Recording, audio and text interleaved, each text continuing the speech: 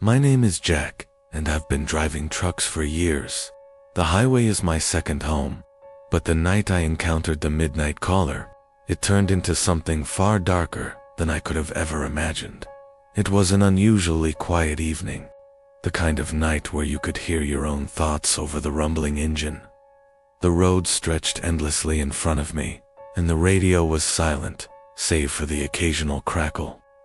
There wasn't a single car in sight for miles, just the open road and the solitude of the night. I had been driving for hours, my eyelids heavy with exhaustion. I'd hoped to make it to the next rest stop, but I hadn't seen one for miles. That's when my phone rang. At first, I thought it was just a wrong number. I picked it up, half-heartedly answering, "Hello." There was no response, just a strange, static noise on the other end.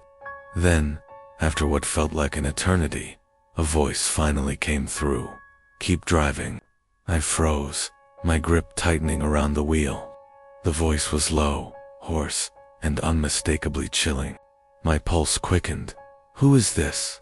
I asked, but there was no reply, just silence. I pulled the phone away from my ear and looked at the screen. The number was blocked. No area code, no name, just darkness. "Hello," I said again, trying to shake off the unease creeping over me. Then, I heard it again. "Keep driving." This time, I could hear something else in the background, whispers, muffled voices, like a crowd of people talking. My breath caught in my throat. I glanced around, the truck, suddenly feeling as though I wasn't alone. The only sounds I could hear were the whispers and the hum of the truck's engine. I slammed the phone down, my nerves fraying. Something wasn't right. I tried to push the thoughts out of my head and focus on the road, but my hands were trembling. The air felt thick, heavy, as if the very weight of the night was pressing down on me. Then, the phone rang again. I stared at the screen for a long moment before answering. "What do you want?" I snapped, my voice shaky. The voice on the other end was different this time. It was more urgent, more insistent. "Stop, now." I could hear the sound of a deep, ragged breath, as though whoever was speaking was struggling to say the words, "Stop, ... before it's too late." My heart skipped a beat. I felt a sudden, overwhelming sense of dread. My instincts screamed at me to pull over, to get out of the truck. But something kept me from doing it. Maybe it was the loneliness of the road, or maybe I was just too curious, too afraid of what might happen if I ignored the voice. I didn't stop. I kept driving, my hands locked on the wheel, my mind racing. The whispers grew louder, more distinct, until they filled the truck. My breath came in short gasps, and the road seemed to stretch on forever. The phone rang one last time. I didn't answer it, but when I looked in the rearview mirror, I saw something that made my blood run cold. A pair of headlights, bright and blinding, were rapidly closing in on me. At first, I thought it was another truck, but as the lights drew closer, I realized the vehicle was moving too fast, too erratically. The truck was right behind me now, almost touching the rear of my rig. My pulse hammered in my chest. I swerved, trying to get away, but the truck followed. No matter how fast I went, no matter how much I swerved, it stayed right behind me. Then, just as suddenly as it appeared, the truck vanished. No headlights, no engine noise, just the empty road behind me. I didn't stop again. I didn't look back. To this day, I can't explain what happened, but I know one thing for sure. There are things out there on the road that you should never cross paths with. And if you ever hear a voice in the night telling you to stop, just keep driving. My name's Tom, and I've been driving rigs for years. But the night I encountered the stopped truck, I knew I would never be the same. It was late, well past midnight, on a desolate stretch of highway.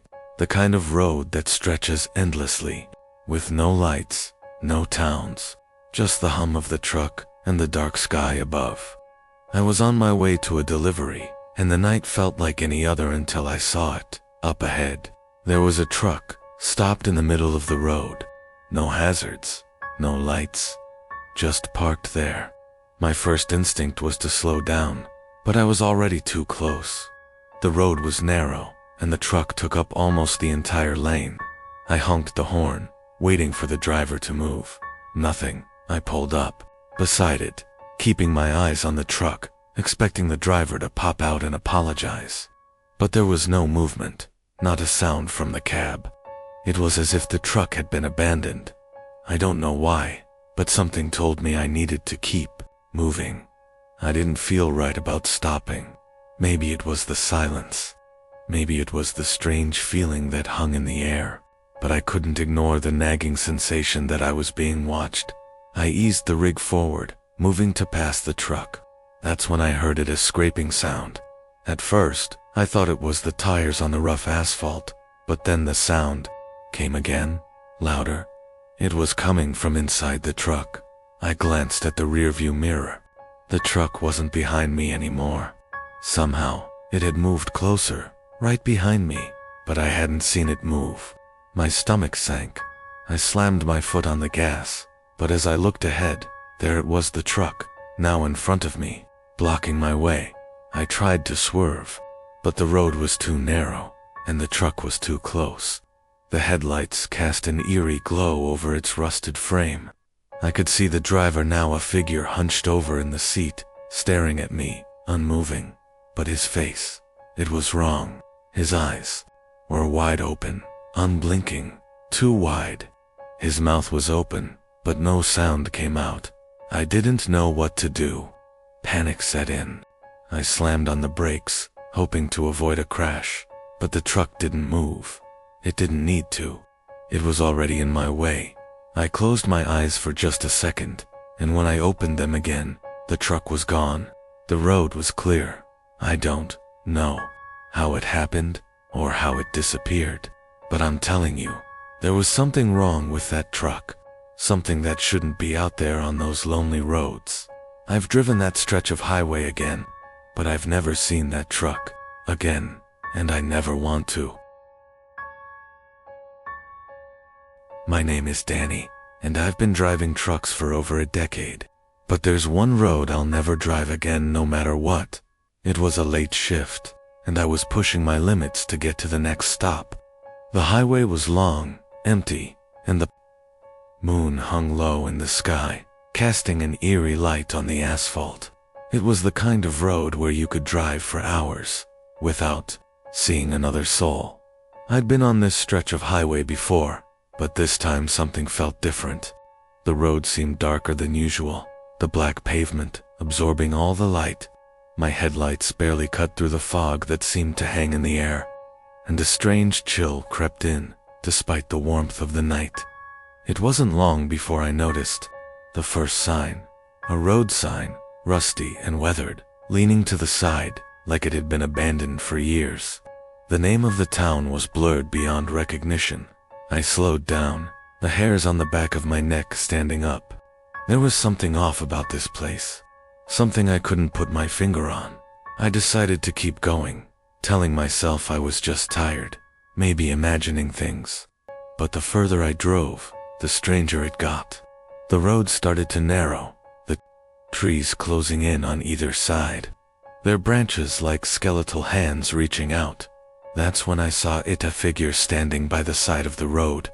At first, I thought it was a hitchhiker, but as I got closer, I saw that it was no person. It was just standing there, unnaturally still, its head turned toward me, but there were no features. No eyes, no face, just smooth, featureless skin. I slammed on the brakes, my heart racing, but the figure didn't move. It just stood there, watching. I knew I had to keep moving, but my foot felt glued to the pedal. The truck rumbled as I slowly drove past, my eyes locked on that strange, lifeless figure. Suddenly, the truck lurched. The engine sputtered, the lights flickered, and the radio came to life, blasting static. I panicked, pulling over to the side of the road. I turned the engine off, trying to gather my thoughts. The truck wouldn't start. That's when I heard a voice faint and distant at first, like a whisper in the wind. Turned back. I froze. My pulse thundered in my ears. I scanned the surroundings, but the road was empty again. The figure was gone, but the voice came again, louder this time. Turn back before it's too late. I didn't know what to do. I was frozen, caught between fear and the need to get moving. I tried the ignition again. The truck roared to life, and I wasted no time, slamming my foot on the gas and tearing down the road. But as I sped down the highway, I saw the sign again, the one I had passed earlier, the one with the blurred name. This time, though, it was different. It wasn't just a sign anymore. It was a barrier, blocking the road. A wall of solid blackness, stretching as far as I could see. I swerved to the side, narrowly avoiding it, but when I looked back, the road was clear again. The barrier was gone. My heart raced as I pushed the truck faster, desperate to leave that road behind. I made it out, but I don't know how. The road was gone the next time I tried to find it. I've asked around, but no one seems to know anything about it. But I know what I saw. I know what I heard. And I know one thing for sure: I'll never drive that road again. I'm Mike, and I've been on the road for over 20 years. But there's one stretch of highway I'll never drive again, no matter how much the load demands it. It was one of those nights where the sky felt heavier than usual, pressing down on the road like it was suffocating. I'd been driving for hours without seeing another soul. The truck was beginning to feel like my only company, the hum of the engine and the soft glow of the dashboard the only signs of life. Around midnight, I hit a stretch of road known for being a little too quiet. I'd heard stories about this place. A few drivers swore they'd seen things, heard things that didn't make sense. But I never believed in that stuff. That is, until that night. I was cruising along, tired but keeping my eyes on the road, when I heard the unmistakable sound of a horn, a trucker's horn, loud, sharp, and just behind me. I checked my mirrors. Nothing. The road behind me was empty, not a single vehicle in sight. It couldn't have been another truck. But the horn came again, this time closer, louder. I felt a chill creep up my spine. I glanced in the mirror again. Nothing. I couldn't shake the feeling that something was off, that something was watching me. But I kept driving, telling myself it was just my mind playing tricks on me. Maybe it was a passing vehicle, even though there was no sign of one. Then, out of the corner of my eye, I saw headlights in my rearview mirror. But they weren't like normal headlights. They were too bright, too intense. They got closer, faster than any vehicle could be traveling on that road. I could hear the horn again, blasting in short bursts, like a warning. I slammed my foot on the brake, my heart pounding. I jerked the wheel to the side, but when I looked in the side mirror, the headlights were gone. There was nothing there, just the black road stretching endlessly ahead. I stopped the truck and sat there, trying to calm myself down. I thought maybe I had imagined it. Maybe the stress had gotten to me. But as I sat there, the horn sounded once more. Only this time, it wasn't from behind me. It was coming from right in front of me. I looked ahead, my eyes wide. There was nothing. In the distance, just empty road. But then I saw faint headlights in the distance, moving toward me at an impossible speed. I panicked. I floored the gas pedal, swerving into the opposite lane, praying to get out of the way. But the headlights kept closing in. I could hear the horn again, growing louder and louder until it felt like it was in my ears. And then, just as suddenly as it began, everything stopped. The headlights vanished, the horn ceased. The road was silent again. My hands were shaking, and my breath was shallow. I pulled over to the shoulder, too shaken to keep driving. I don't know what happened that night. Maybe I was just tired. Maybe it was all in my head. But I swear on everything I've got, I could feel it. I could hear it. And I was not alone. After that night, I haven't gone back on that highway. I'm not sure what I saw, but I know one thing for sure. I'll never forget the sound of that phantom horn. My name is Jake, and I've been a trucker for years. That night, I took a detour, a shortcut I'd never tried before. It was around midnight, and the road was quiet. The GPS was silent, and the radio flickered with static. I kept driving, the road becoming narrower. The trees crowded in, casting long shadows. Then, in the distance, I saw a decaying wooden bridge.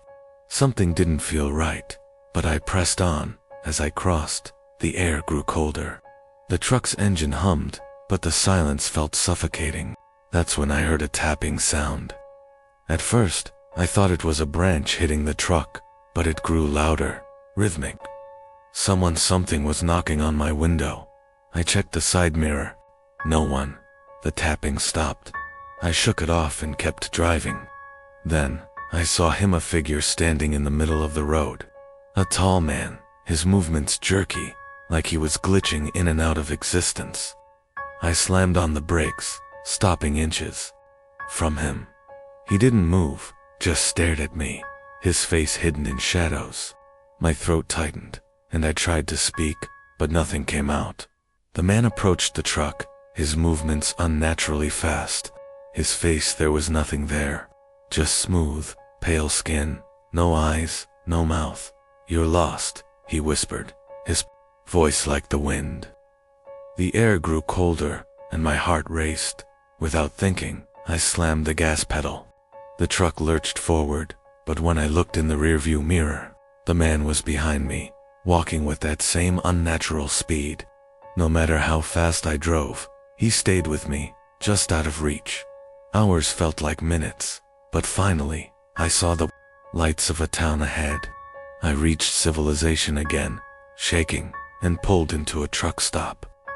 I tried to tell the clerk, but she looked at me like I was crazy.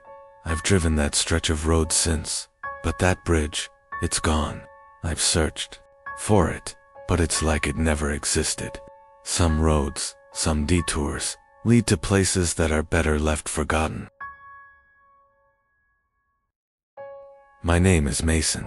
I've been behind the wheel of a truck for nearly 15 years now, hauling freight across this vast, empty country. There are days when the road feels like an old friend, silent, but always there. But some nights, the road feels like it has a mind of its own. It was around 2 a.m. when I found myself on a stretch of highway I didn't recognize. I had taken a detour, trying to avoid traffic, but now, it felt like I was in the middle of nowhere. No streetlights, number signs. Just me, the truck, and the endless black of the night. At first, I didn't mind. The isolation was normal for a trucker. But as I drove on, I started noticing something strange. The road seemed to be getting narrower, the trees lining it taller, more oppressive. The air grew thicker, like the world itself was holding its breath. I was almost to the point of turning around when I saw it. A car, parked on the side of the road, its headlights dim, flickering like a dying flame. It was an old sedan, the kind you see in horror movies, rusty, battered, like it hadn't seen a mechanic in years. I slowed down as I passed it, glancing over to see if anyone was inside. The windows were rolled up, but I could swear I saw movement. Not someone sitting in the front seat, but something crawling, writhing in the back. My heart raced, and I told myself to keep going. I wasn't about to get involved with some random roadside incident, not at this hour. But as I drove farther down the road, I couldn't shake the feeling that something was following me. I glanced in my rearview mirror and saw nothing, just the endless stretch of road behind me. Then, a thump. I jumped, my hands instinctively gripping the wheel. I glanced over at the side mirror. There, standing in the middle of the road, was a man. He wasn't moving, just standing there, staring at the truck with his hands hanging limp at his sides. I slammed on the brakes, pulling the truck to a screeching halt. I couldn't see his face, but I could feel his eyes on me, like they were piercing through the dark. My breath caught in my chest. I was about to open the door and ask if he needed help, But then the man took a step back, slowly. His movements were unnatural, like a puppet on a string, jerky and mechanical. I hesitated, my foot still on the brake, when I saw something even more terrifying. He wasn't alone. Figures began to appear, emerging from the trees, from the shadows, dozens of them, people, all standing still, all staring. I didn't wait to see more. I slammed my foot down on the gas pedal, the truck lurching forward, tearing down the road as fast as I could. But no matter how fast I went, the figures kept pace. They stayed just out of sight, always lingering in my peripheral vision, always just behind me, as if they were keeping up. No matter how far I drove, I tried to shake them off, swerving the truck from side to side, but they didn't vanish. They were still there, moving in sync with me. I didn't know how, but it felt like they were guiding me, herding me into some unknown destination. Then, the radio flickered to life. A low, distorted voice crackled through the static. "You can't outrun us, Mason." I froze. My name. It wasn't a coincidence. There was no way someone could have known my name. My blood ran cold as I realized that these figures, these people, were somehow connected to me. The truck's headlights flickered and dimmed, and the road ahead grew darker, the trees closing in. I couldn't see where I was going anymore, just a wall of blackness closing in on me, and the sound of footsteps, countless footsteps, growing louder and louder. I was trapped. The last thing I remember, before I lost consciousness, was the figures surrounding the truck, their faces pale and expressionless, their eyes wide, staring at me. I tried to scream, but no sound came out. When I woke up, I was still on the road, the truck idling, the engine humming quietly. The figures were gone. The air had returned to normal, the night calm again. I checked my watch. Nothing was out of place, except that I had no memory of what had happened during those hours. I drove on, but I'll never forget that road, the figures, and the voice calling my name. And sometimes, when I pass through certain stretches of highway, I still hear the echo of those footsteps. My name is Chris, and I've been a truck driver for nearly a decade now. Some nights the job feels like nothing more than a blur of road and headlights, a repetitive cycle of endless stretches of highway. But that night was different. It started like any other night, driving through the heart of the Midwest, heading south toward a small town I didn't know well. The night was cold, a biting chill creeping into the cab of my truck. The roads were quiet, almost too quiet. No other vehicles in sight, just me, the hum of the engine, and the occasional flicker of my headlights illuminating the long stretches of empty road ahead. Around 3 a.m., I passed a truck stop. The lights were flickering, and a few trucks were parked under the awning, their drivers no doubt asleep. I didn't need to stop, but I did glance over to see if anyone was awake. That's when I saw her standing just outside the lot, by the side of the road. A woman, dressed in all black. Her hair was long and unkempt, blowing wildly in the wind. Her face was pale, her eyes wide and unblinking. She wasn't holding a sign, and there were no bags with her. Nothing that suggested she was even trying to hitch a ride. I didn't think twice. I just kept driving, the headlights flashing past her, barely giving her a second glance.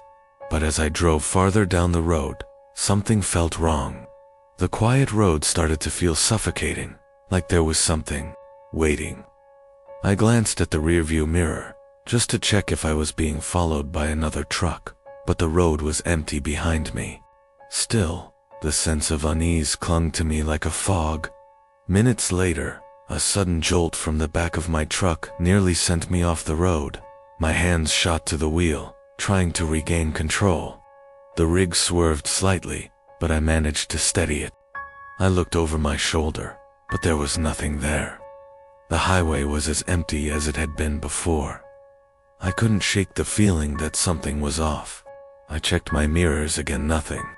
But then, as if from nowhere, I saw her, the woman, standing in the middle of the road, blocking my path.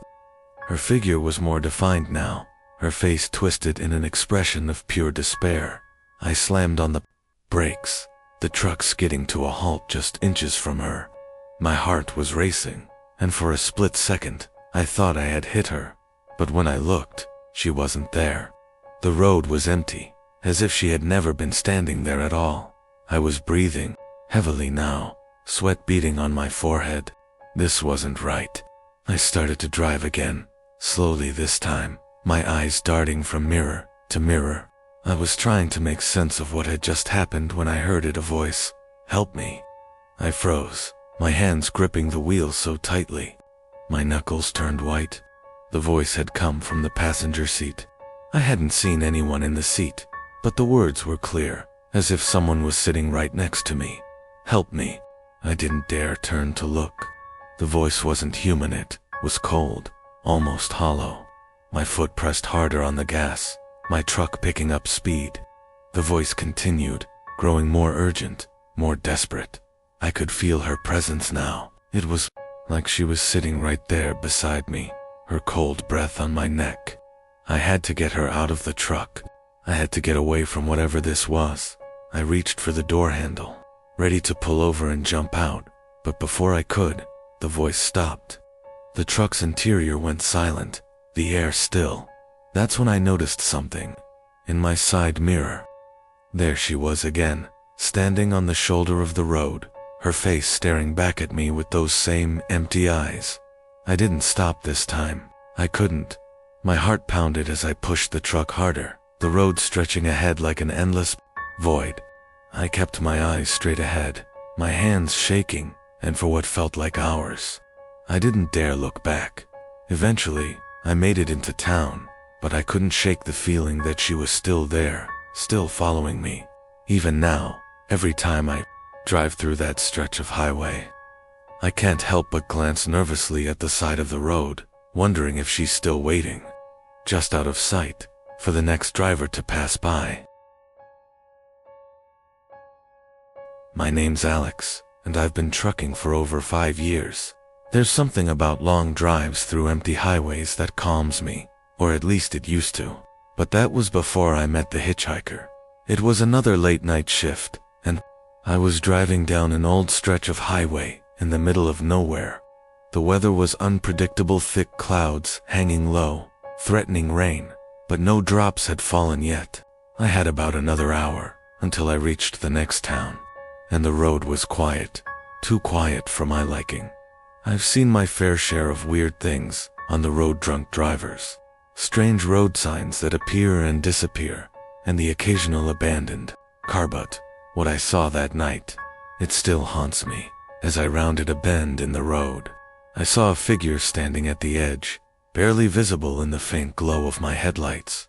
At first, I thought it was a mirage or maybe just a trick of the fog, but as I got closer, I could see the figure more clearly. A man, dressed in a heavy jacket and jeans, thumb out, trying to hitch a ride. It wasn't the first hitchhiker I'd seen, but something about him felt off. His posture was stiff, like he was standing too still, and there was no movement. No sign of life, except for the occasional sway of his jacket in the wind.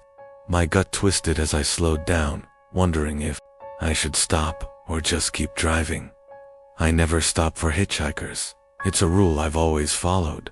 But something compelled me to pull over, just a little further down the road. My truck creaked as I parked, and I killed the engine. He didn't move. He just stood there, facing me, silent. My heart raced as I rolled down the window. "You need a ride," I called out, but his eyes never shifted. He didn't speak either. After a long, uncomfortable pause, I repeated myself, "You want a ride, or not?" That's when he slowly tilted his head toward me. His face was pale, almost sickly, and his eyes were unnervingly wide, locked onto mine with a vacant expression. There was something wrong with him. I could feel it. But still, the silence hung in the air, heavy and tense. I sighed, ready to pull away, when the man suddenly spoke, his voice low and cold. "I'm trying to get to the next town, but I can't get there alone." A shiver ran down my spine. I didn't know why, but something in his voice sent a chill through me. I was about to drive off when I noticed something even stranger. His hand was gripping the door handle. His fingers too long, too thin, and for a split second, I thought I saw something wrong with his skin, like it was decaying. "Get in," I heard myself say, and immediately regretted it. But it was too late. He was already moving toward me, his feet dragging, his body swaying unnaturally, like he was being pulled rather than walking. I slammed the door shut just as he reached the truck, but my instincts were screaming at me to leave. The air felt thick, like the world was holding its breath. The figure stood there for what felt like an eternity, before he finally turned away, walking off into the darkness, his footsteps echoing through the still night. Relieved, I started the engine and quickly drove off, trying to shake the feeling of unease that had settled over me. But as I looked in my side mirror, I saw him again. He was standing there in the distance, still watching me, his eyes glowing faintly in the darkness. I couldn't explain it, but I knew then that I hadn't seen a hitchhiker. I had seen something else, something dead. The rain started to fall, the sound of the droplets hitting my windshield, drowning out the silence of the road. I didn't know if I'd make it to the next town, or if the road itself was playing tricks on me. But one thing was clear. There was something on that highway that shouldn't be there, and it was waiting for its next victim. My name is Tyler, and I've been on the road for almost 10 years now. I've driven through just about every stretch of highway this country has to offer, but there are certain routes I avoid if I can help it, routes that leave me with a feeling I can't quite shake.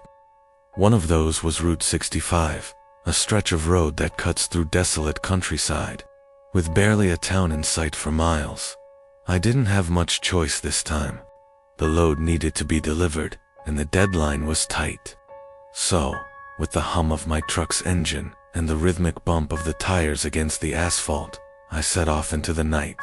The sky was overcast, and the wind felt heavier than usual, pressing against the sides of the rig. Around 2 a.m., the roads were completely empty. I hadn't seen another vehicle in over an hour, which made the night feel even more eerie. I had the radio on low, the sound of an old blues track barely reaching my ears, when something caught my eye in the rearview mirror. A truck. It was a few miles behind me, but the headlights were shining brighter than they should have been, almost as if it was right on my tail. I tried to shake off the uneasy feeling creeping up my spine. Maybe I was just tired. But the more I watched, the more it seemed like this truck was getting closer at a pace that didn't make sense. The road was straight, and I wasn't speeding. It was impossible for it to close the distance this quickly. I gripped the wheel tighter, my gaze flicking between the road ahead and the mirror. I could see the truck now, clear as day, tailgating me, the high beams blinding me in the rear view. And yet, the headlights never seemed to move. They stayed locked in place, as if the other driver was deliberately staying just behind me. I sped up. The truck behind me did the same. I slowed down, hoping it would pass. But no, it stayed glued to my rear view. The sound of my engine roared as I pushed the accelerator harder, but it felt like I was being drawn into something. My heart began to race, and panic started to set in. With a deep breath, I picked up the radio, hoping to hear a voice from another driver, maybe someone on a CB channel who could offer some relief. Breaker. This is Tyler, on Route 65. Anyone out there? Static. Nothing. Just the crackle of dead air. I checked the rear view again. The truck was still there. My mind spun, and I wondered if maybe I was hallucinating. Exhaustion had done that to me before, but this felt different. This felt real. Suddenly my truck jolted. The steering wheel yanked to the left, forcing me to fight for control. I swerved, nearly skidding off the road into the ditch. I slammed the brakes, heart pounding, and the truck behind me. It was gone, vanished. I didn't wait to figure out what had happened. I pulled over to the shoulder, parked, and just sat there, hands trembling on the wheel. The storm was still roaring, and the wind howled. But everything felt too still, like the air was holding its breath. I wanted to get out of the truck, stretch my legs, get some fresh air to clear my head. But as I opened the door, the radio crackled. To life again, the voice distorted, whispering something I couldn't quite make out. Then it hit me. The truck was gone, but there was no sound of the engine starting. No other vehicles had passed me, and yet, the static on the radio sounded, ... too close, too familiar. I glanced around. The wind was picking up, shaking the truck, and I could feel a presence. Something was out there. I could feel it. The hairs on the back of my neck stood up as I scanned the road, the darkness seeming to stretch infinitely. I had no choice but to drive on. I started the engine, the sound of the truck roaring back to life. But as I looked back through the rearview mirror, I saw something that stopped my heart. There, in the reflection, a figure stood in the headlights. Not the driver of the truck, but a shadow. Standing still in the middle of the road, staring directly at me. I slammed the truck into gear, speeding away, not daring to look back. I didn't care if I ran out of gas, or if I drove the rest of the way blind. But I knew one thing for sure, wasn't alone on that road anymore. My name is Ethan, and I've been driving long haul for over 7 years now. It's a life I never thought I'd choose, but once you get behind the wheel, the road becomes your second home. The constant hum of the engine, the endless stretches of asphalt, there's a strange comfort in it, or at least, that's what I thought until that night. It was late, well past midnight, and I was rolling down a stretch of highway so remote, I hadn't seen another truck or car for miles. The only thing lighting up the road was the faint glow from my headlights, and the occasional flicker of lightning in the distance. The storm had been brewing for hours, but it wasn't the rain that made me uneasy, it was the feeling that something wasn't right. I glanced at the GPS. There was a small town coming up, but I wasn't sure if I'd make it there before the storm hit. I pressed my foot harder on the accelerator, the truck rumbling beneath me, and the wind outside howling as it picked up speed. Then, I saw it. A pair of headlights in the distance, way too close for comfort. My gut twisted as I realized it was another truck, traveling at the same speed, but in the opposite direction. I had barely enough time to react as the other truck seemed to swerve toward me, almost on a collision course. I swerved to the right, my tires skidding on the wet road, and narrowly avoided a crash. I blinked, my heart racing, but the truck was gone. Just ... gone. I looked in my rearview mirror, expecting to see the truck behind me, but there was nothing, just empty road and darkness. I slowed down, trying to shake off the feeling of dread creeping up my spine. My hands were still gripping the wheel tightly, knuckles white, my mind racing with questions. Was I seeing things? Or was something out there, ... following me? I tried to brush it off, telling myself it was just the isolation playing tricks on my mind. The storm was making everything feel off, and I hadn't had a good night's sleep in days. Still, I couldn't shake the thought that something was wrong. Another hour passed, the storm growing fiercer. Suddenly, the radio crackled, breaking the silence with a burst of static. I flicked the dial, trying to find a station, but all I could hear was a low, guttural growl. My fingers froze on the dial. The sound was coming from the other truck, the one that had nearly collided with me. I leaned forward, staring out into the darkness, trying to see if I could catch any sign of movement. That's when I noticed something strange. There was no other truck, no headlights, no sign of life on the road. Then, the growling came again, louder this time. It was almost like a voice, but distorted, coming from all directions. My chest tightened, and I could feel a cold sweat dripping down my back.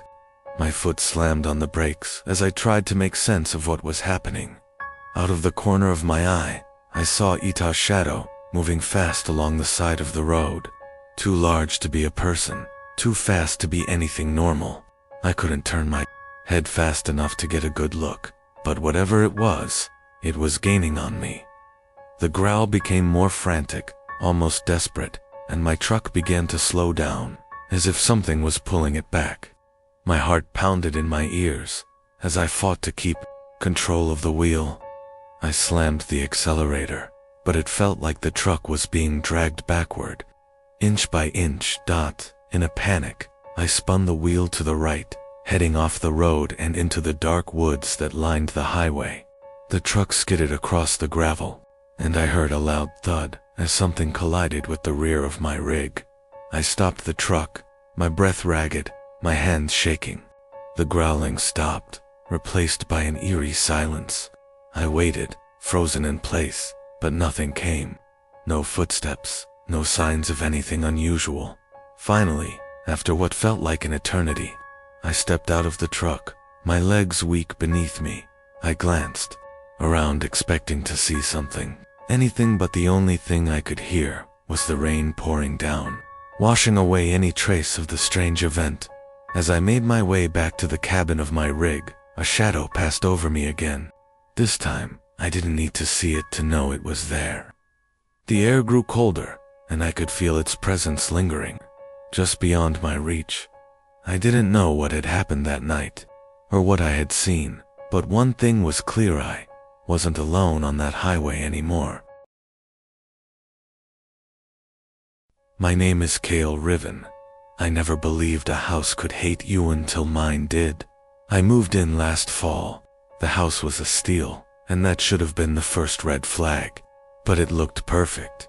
Modern layout, clean finishes, floor-to-ceiling, windows, and a strange, windowless room at the end of the hall.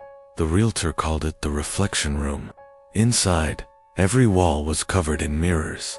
From floor to ceiling, corner to corner, all seamless. No doors, no outlets, just your image, multiplied 100 times over. I asked what the room was used for. She smiled. It's decorative. I should have run. At first I avoided the room, but it had a pull. Like a dare, I'd catch myself walking toward it, staring at my reflection, as if expecting it to blink first.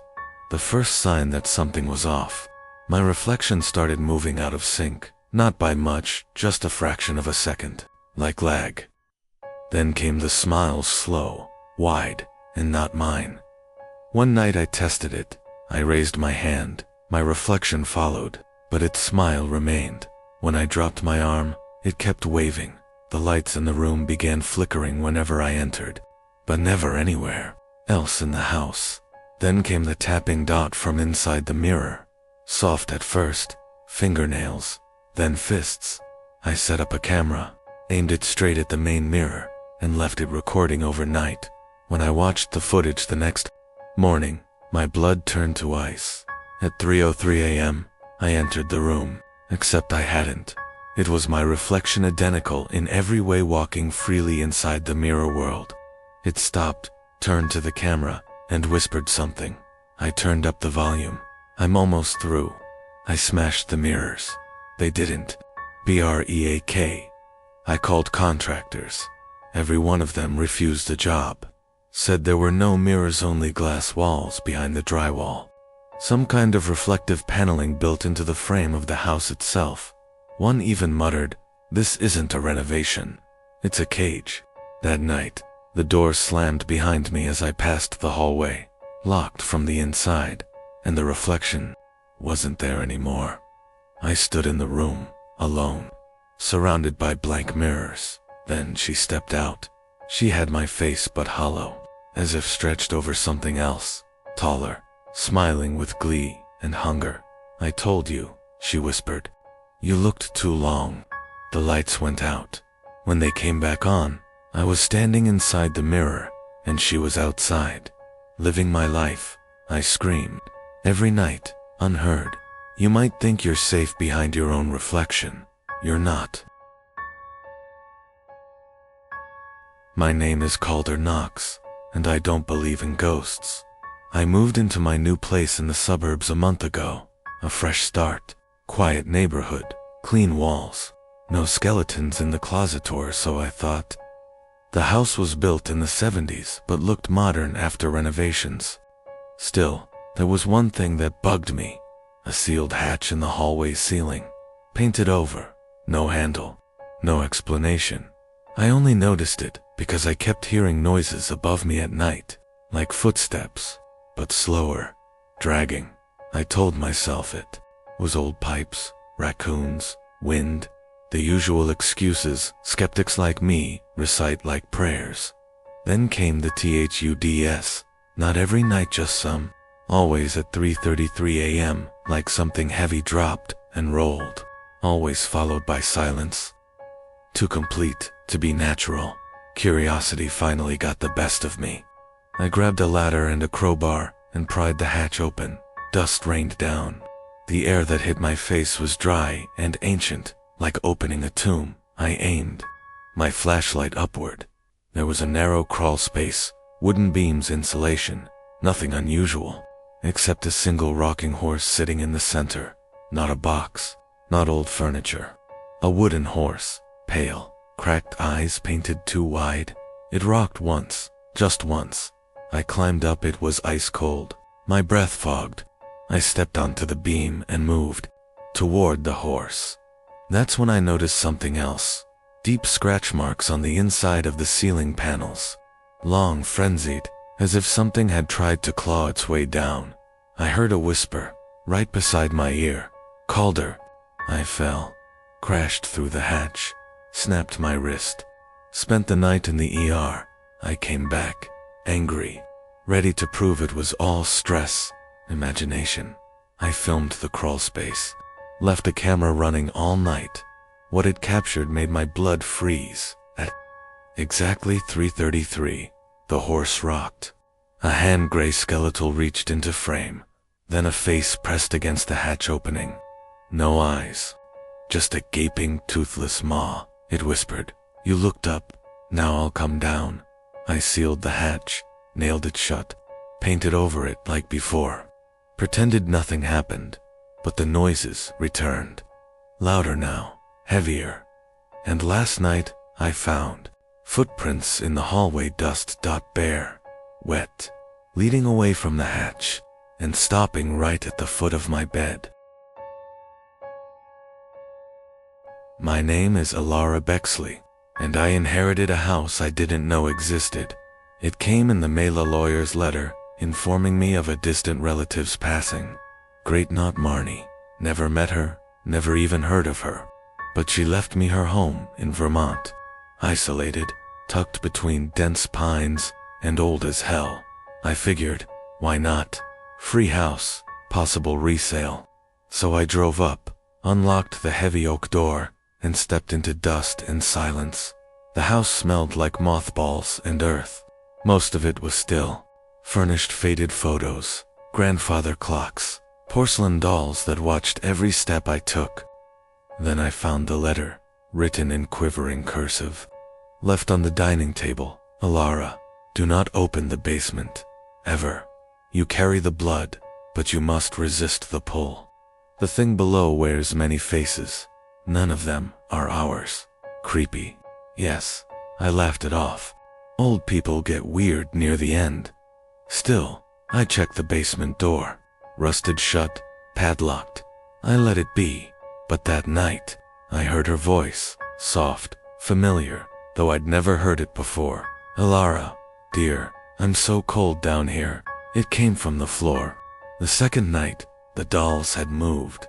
Slightly, a few inches closer, all facing the basement door, and the whispering got louder.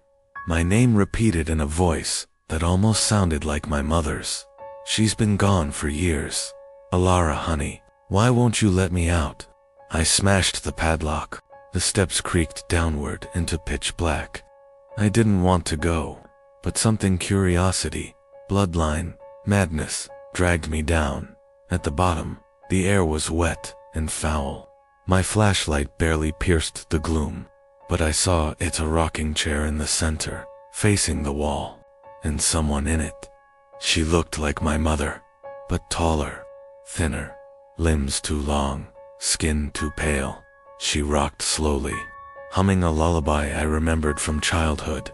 "Ilara," she said, "don't you recognize your family?" She turned her face. It was my face, but twisted, grinning with too many teeth, eyes hollow, black. I screamed and ran. She didn't follow. Not yet. But since that night, the house has changed. The basement door won't close. Shadows stretch where they shouldn't. The mirrors don't show my reflection anymore, they show hers. And every night, the voice returns. "Ilara, you set me free. Now I'll show you who we really are." My name is Rowan Mirth, and I bought this house to rebuild myself after a brutal breakup and a dead-end job. I wanted solitude, a place to start over. The fixer-upper in rural Pennsylvania was perfect, cheap, spacious, and beautifully derelict. I planned to document the renovation on my channel, Rowan Rebuilds. Day 1, I noticed something odd. The living room walls had large uneven patches under the peeling wallpaper. I assumed it was bad plasterwork, maybe old water damage. I made a note to scrape it off and start fresh. The second night, I heard a knocked out from inside the wall, soft, rhythmic, like someone trying to get my attention, but careful not to wake the whole house. I froze. Then I laughed it off. Told my viewers it was probably an animal trapped behind the drywall. I set up my camera overnight, facing the largest bulge in the living room wall. When I reviewed the footage, the camera flickered at 2:17 a.m. Then I saw it. The bulge moved, not slightly, not subtly. It pulsed outward, stretched as if something behind. It was shifting, breathing, and just for a second, fingers pushed through. 5 long indentations, dragging downward. No sound, no explanation. I stopped filming. I decided to remove the plaster and see what was behind it. I chiseled into the wall, slowly. The dust had a strange smell like spoiled milk and iron. Under the first few layers, I found wooden slats. Nothing unusual, but then I saw it. A face, mummified, wide-eyed mouth open in a scream. Embedded in the plaster itself. I stumbled back. The air turned cold. My ears rang. I called the police. They arrived, investigated, and dismissed it as an old Halloween decoration sealed into the wall by a previous owner. They laughed. I didn't. I kept digging. I found more hands, bones, even a partial torso melded into the structure, like some grotesque art piece. That night, I dreamt of men in overalls, sealing a woman into the wall. She was alive, screaming. Her voice was muffled by layers of plaster and paint. When I awoke, my hands were raw, covered in dust, chisels still in my grip. I had been digging in my sleep. The next morning, every wall in the house had new bulges, some small, some shaped like limbs. They hadn't been there before, and the knocking returned, but now it came from all sides. Panic set in. I tried to leave, but my front door was bricked shut from the inside. I don't even own bricks. I smashed a window to escape. When I turned back, the house changed. It stood taller. Shadows flickered behind every pane. I've been staying in my car, parked across the street, watching it. The house is growing, swelling outward like it's digesting something or someone. Sometimes, I hear a woman scream from inside, and then knocking, coming from behind my back seat. My name is Miles Fenwick, and I made the worst decision of my life when I bought this house. It was a good deal to good, really. A 5-bedroom farmhouse on the edge of a sleepy Oregon town, priced like an apartment. I was told it had a history, but no one would tell me more. Honestly, I didn't care. I was tired of renting, tired of cities, tired of people. The first week was peaceful. Birds in the morning, rain at night. I set up my office in the east room upstairs. It had a large window that faced the trees. The silence was perfect for writing, but that silence started getting too perfect. On the 6th night, I noticed the east room had no sound at all. No creaking floors, no wind through the trees, not even the buzz of electronics. My computer fan stopped spinning when I entered. My phone screen dimmed. No signal. I tested it, played music in the hallway, then stepped inside. Silence total. Oppressive silence. I thought maybe the insulation was just thick. I moved my desk back into the hallway, but then I began hearing thuds coming from inside. That room. Slow, deliberate. Always at 3:12 a.m., not before, not after. One night, I placed my phone on the floor just outside the doorway, recording. The next morning, there was no audio, just 43 minutes of complete silence, except for the last 3 seconds. A voice, low, strained, whispered, "Don't let it hear you." I stopped sleeping, kept the door closed. But sometimes I'd wake to find it open, despite triple checking the lock. The silence started spreading. The bathroom, the stairs, the whole upstairs floor began to lose sound. Footsteps vanished. Faucets turned on with no splash. I couldn't hear my own breathing, but in that quiet, I started sensing something else, a presence, not watching, listening. I tried playing loud music through the house. It helped for a while. The silence receded. But the moment the track ended, the quiet surged in like a wave, stronger than before. And that night, I saw it, standing in the east room, just beyond the doorway, a tall, thin figure, gray and still, with no mouth, just a smooth face where sound should be. It turned to look at me and tilted its head. I couldn't scream. There was no sound in me. I ran. I stayed at a motel for a week. The moment I stepped back into the house, my ears popped like stepping into a vacuum. The east room door was open again. There was something scratched into the floor. It listens. It learns. It wants more. I tried to sell. No takers.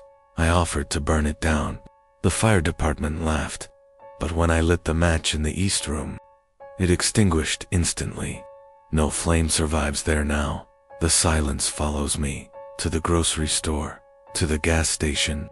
I'll be talking to someone, and suddenly nothing. No voice, no music, just that vacuum pulling in around me.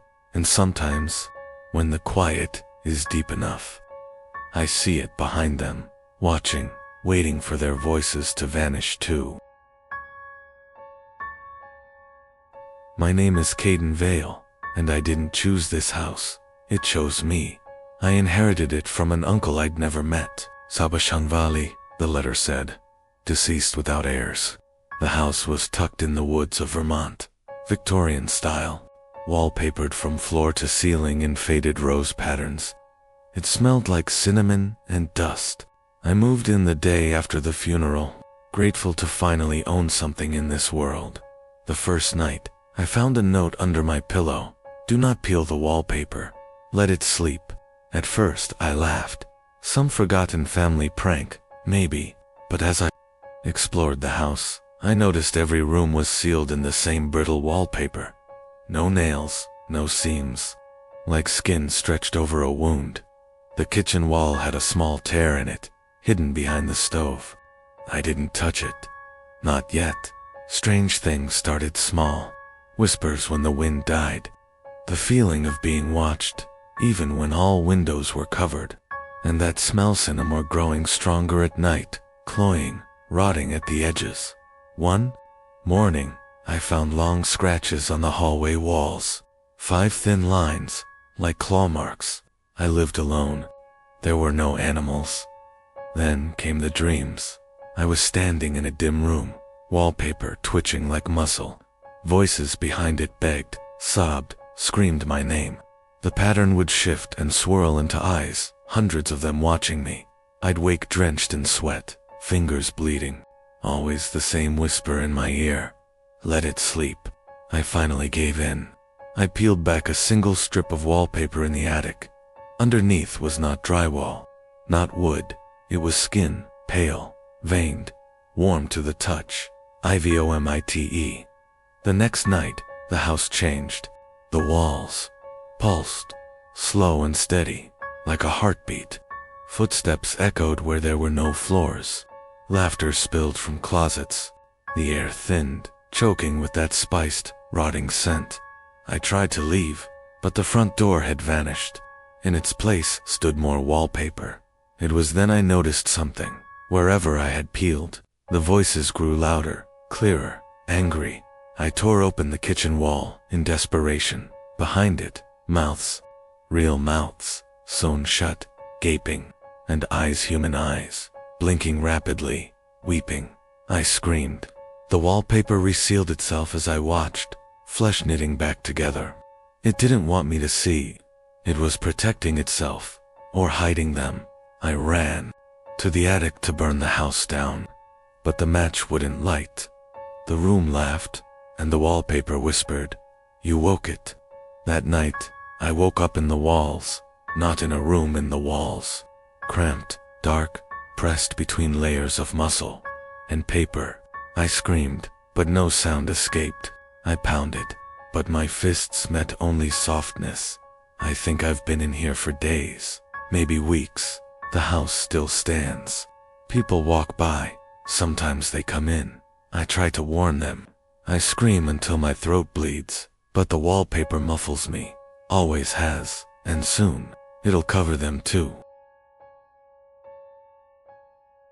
My name is Elric Danner, and the house I bought is alive. It wasn't supposed to be.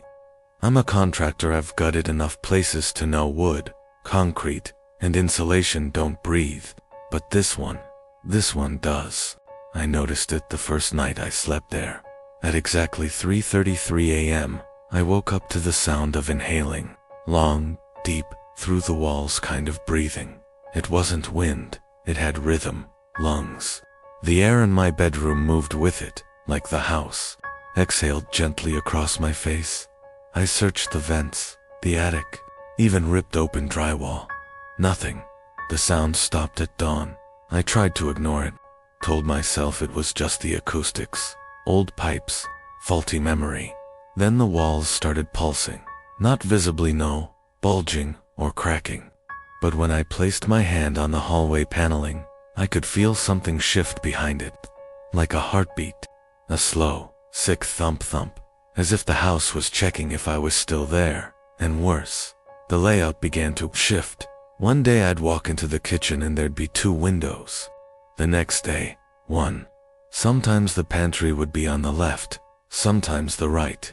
Rooms felt longer or shorter, depending on where I stood. I set up string lines and laser levels to prove I wasn't crazy. They moved. The blueprints didn't match anymore. The house was rearranging itself. I started marking walls with chalk, X's, arrows, door counts. Each morning, they'd be gone, not erased gone.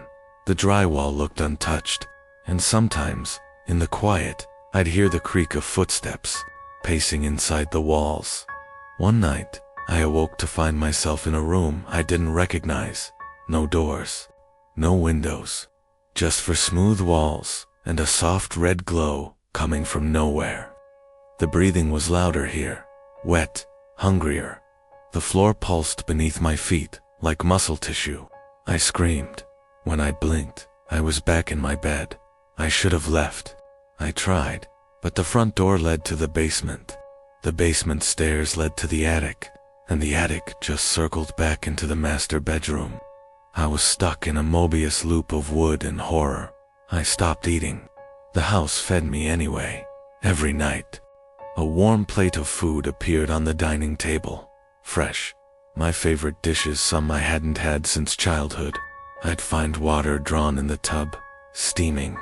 Clothes folded I never owned. The house wasn't just alive, it was aware. It wanted me. The final straw came when I smashed open the floor beneath the foyer. Beneath the wood was no foundation. A pulsing red membrane stretched taut across the earth. It quivered when I touched it. Then it opened, revealing rows of teeth. I ran. I don't know how I escaped. I woke up in a field a mile away, barefoot, covered in dust. The house was gone, literally. There's no listing, no street records, no foundation left behind, like it never existed. but I still hear it sometimes, in my dreams, breathing, waiting, I think. It wants me back. My name is Bryn Halley, and last month, I bought a home that shouldn't exist. It wasn't listed online. I found it by accident while driving through an unfamiliar neighborhood. A narrow cul-de-sac ended in a brick house shaded by dying trees. There was a sign in the yard, "For sale, cheap." I was curious. Inside, the place was immaculate, dustless, fully furnished, but strangely cold. The realtor never showed up. The front door had been unlocked. It felt like the house was waiting. I moved in the next day. At first, everything seemed fine. It was quiet, too quiet, like the air was holding its breath. I noticed strange things, mirrors that didn't reflect me properly, lights flickering only in one room upstairs, and a locked door at the end of the hall with no keyhole. It was the only room I couldn't enter. One night, I heard movement inside it, a dragging sound, then soft, rhythmic knocking. I pressed my ear to the wood. Knock, knock, knock, knock, pause, then a whisper, "I'm still here." I stumbled back, heart pounding. I didn't sleep that night.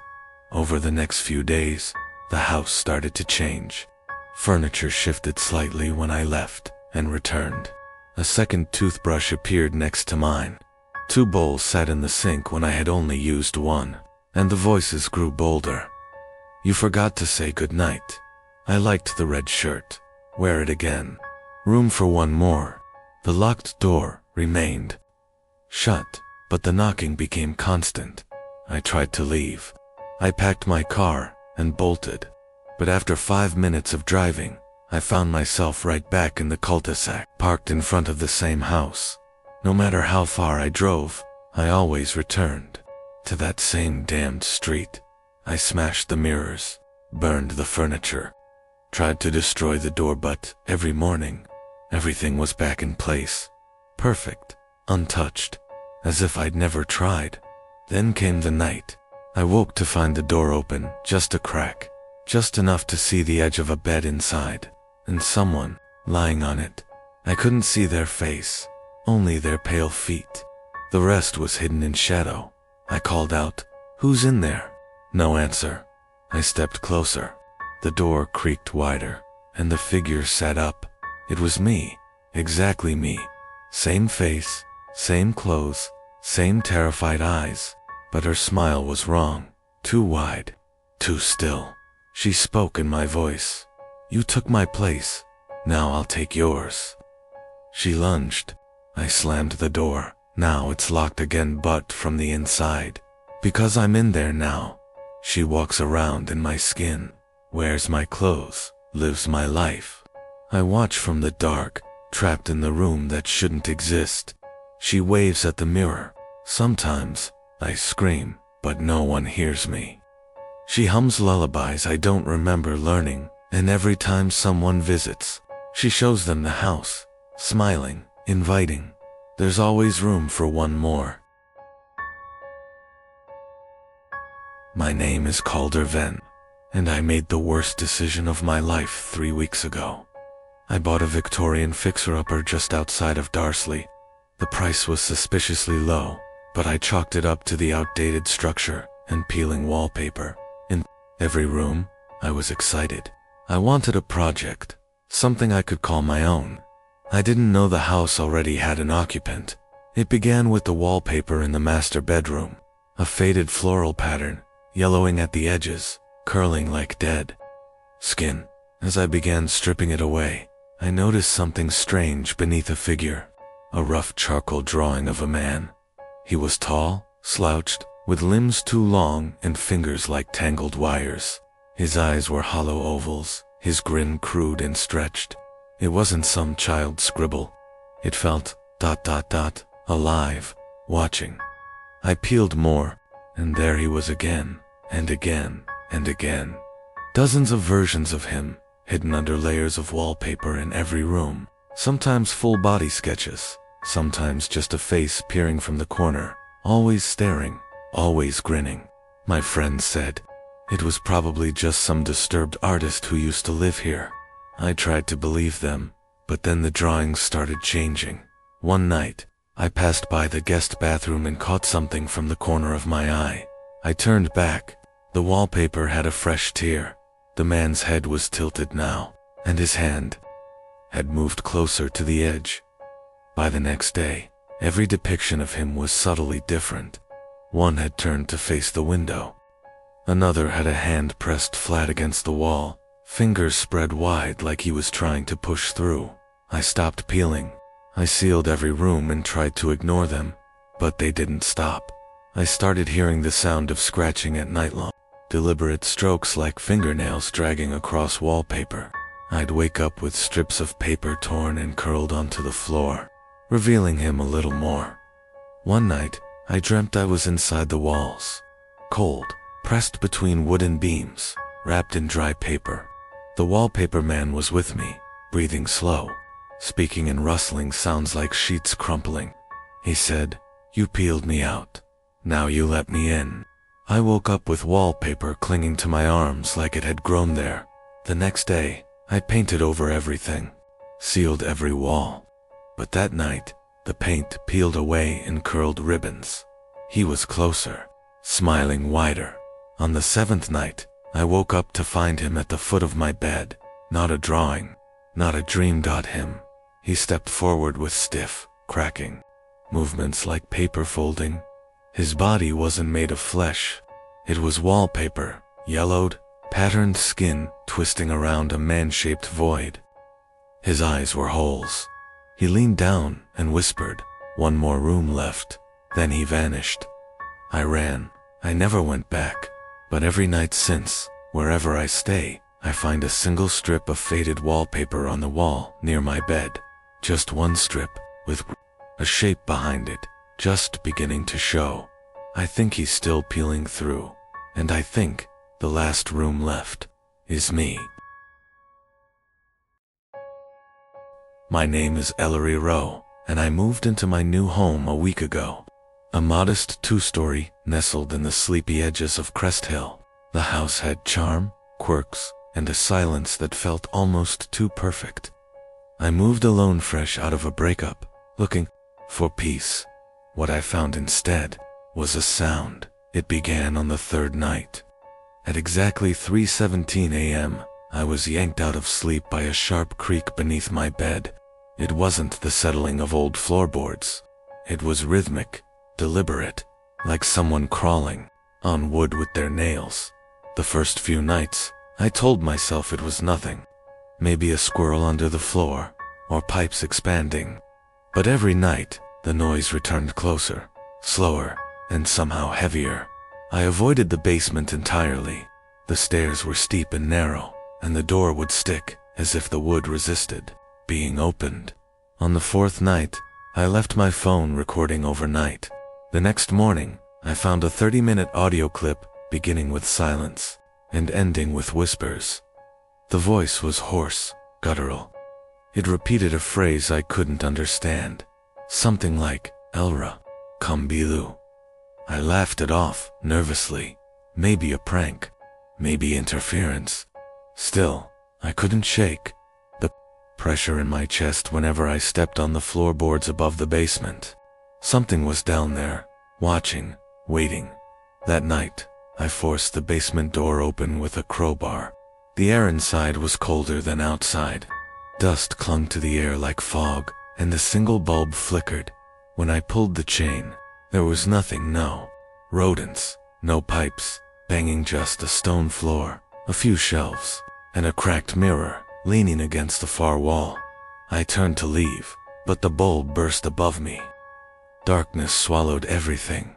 Then I heard it, not from beneath me, behind me, breathing, shallow, fast, right against my neck. I turned and saw it in the mirror, a pale figure crouched upside down on the ceiling, eyes pitch black, mouth stretched far too wide, whispering my name backward. "Euro, Euro." I screamed and scrambled up the stairs, slamming the door shut behind me. I moved a dresser in front of it and didn't sleep for the rest of the night. The next morning, I put the house up for sale. But every night, I remain here. The whispers grow louder, the footsteps echo under the bed again, and every morning, I find the basement door wide open. I tried staying elsewhere, hotels, friends, couches, but the whisper follows me. Every night at 3:17 a.m., they say a new home is a fresh start. I believed that too, but no one told me some homes choose you, and once they do, they never let you go. My name is Thaddeus Gray. I was the new priest at St. Gideon's Church in the outskirts of Boston.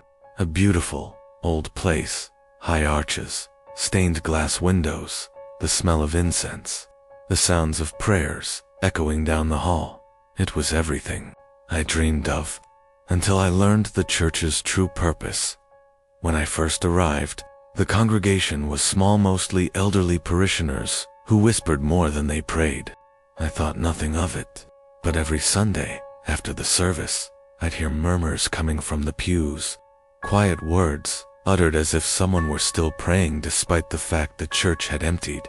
One night, I decided to stay late and investigate. The church was dark, except for the flickering candlelight in the back.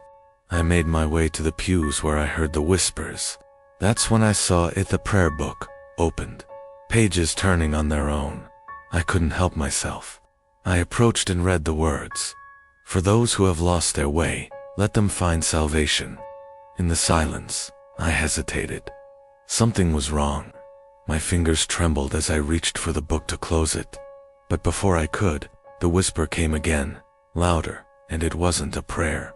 "No, Father, you're the one who's lost." The lights flickered violently, the air became thick, and the temperature dropped. I backed away from the book, but my feet were stuck to the floor, as if the very ground had claimed me. The whispers, now more frantic, filled the space around me, each one screaming my name. I turned, trying to escape, but there was no way out. From the shadows, a figure emerged. A man, his features obscured by a dark cloak.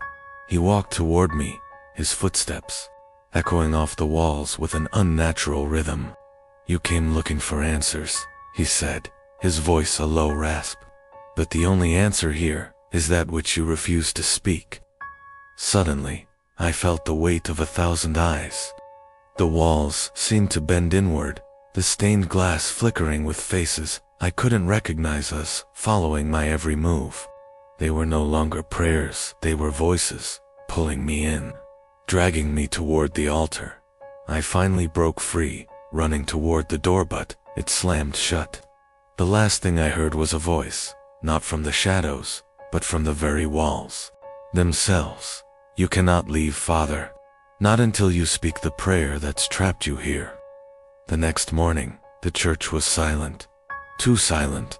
I left, never to return.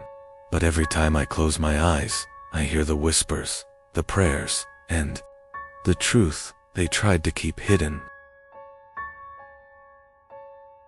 My name is Lennox Vale. I am a historian focused on religious rites and forgotten rituals. But what I uncovered at St. Rule's Church wasn't forgotten. It was buried. The church had been abandoned since 1892 after a fire consumed half the town. I was granted access to document and photograph anything salvageable. Hidden behind the collapsed altar, I discovered a sealed chamber bricked over with symbols I didn't recognize. Inside was a second baptistry, round, shallow, filled with blackened water that smelled like smoke. Carved above it, Aqua Veritas, water of truth. I dipped my hand in. It burned. That night, I dreamt of children with scorched skin, kneeling in a circle, whispering. At the center, a priest, eyes gone, murmuring as he lowered a baby into the black water. I woke, gasping. My hand where I'd touched the water was blistered. I should have left. Instead, I researched. I found fragments of a forgotten rite, baptism of fire, a ceremony performed during plagues and famine, meant to purge sin with something stronger than holy watered pain. I returned to the font to take samples, but as I approached, I heard breathing, slow, rhythmic, as if someone lay beneath the surface. I shined my flashlight in. The reflection wasn't mine. It was a face, eyes wide open, staring back. I ran, but the church doors had shut behind me, and the air grew thick, smoky. The floor beneath the font cracked open. Something began rising. The burned priest from my dream stood there, dripping, mouth sewn shut with wire. He raised a finger to his lips, then pointed to the water. From the shadows, dozens of charred children emerged, all silent, all staring at me. Then they spoke in unison. "Your sin must burn too." I passed out. When I woke, I was outside the church, but my palm still bears the mark, the blistered sigil from the stone wall. And every night, I hear the font, bubbling. It's waiting for the next baptism. Maybe yours. My name is Corwin Blake. I'm an audio technician. I once believed every sound had a source. Not anymore. 2 months ago, I was hired to digitize old choir recordings from St. Abel's Church in Vermont. The tapes dated back to the 50s, labeled by year.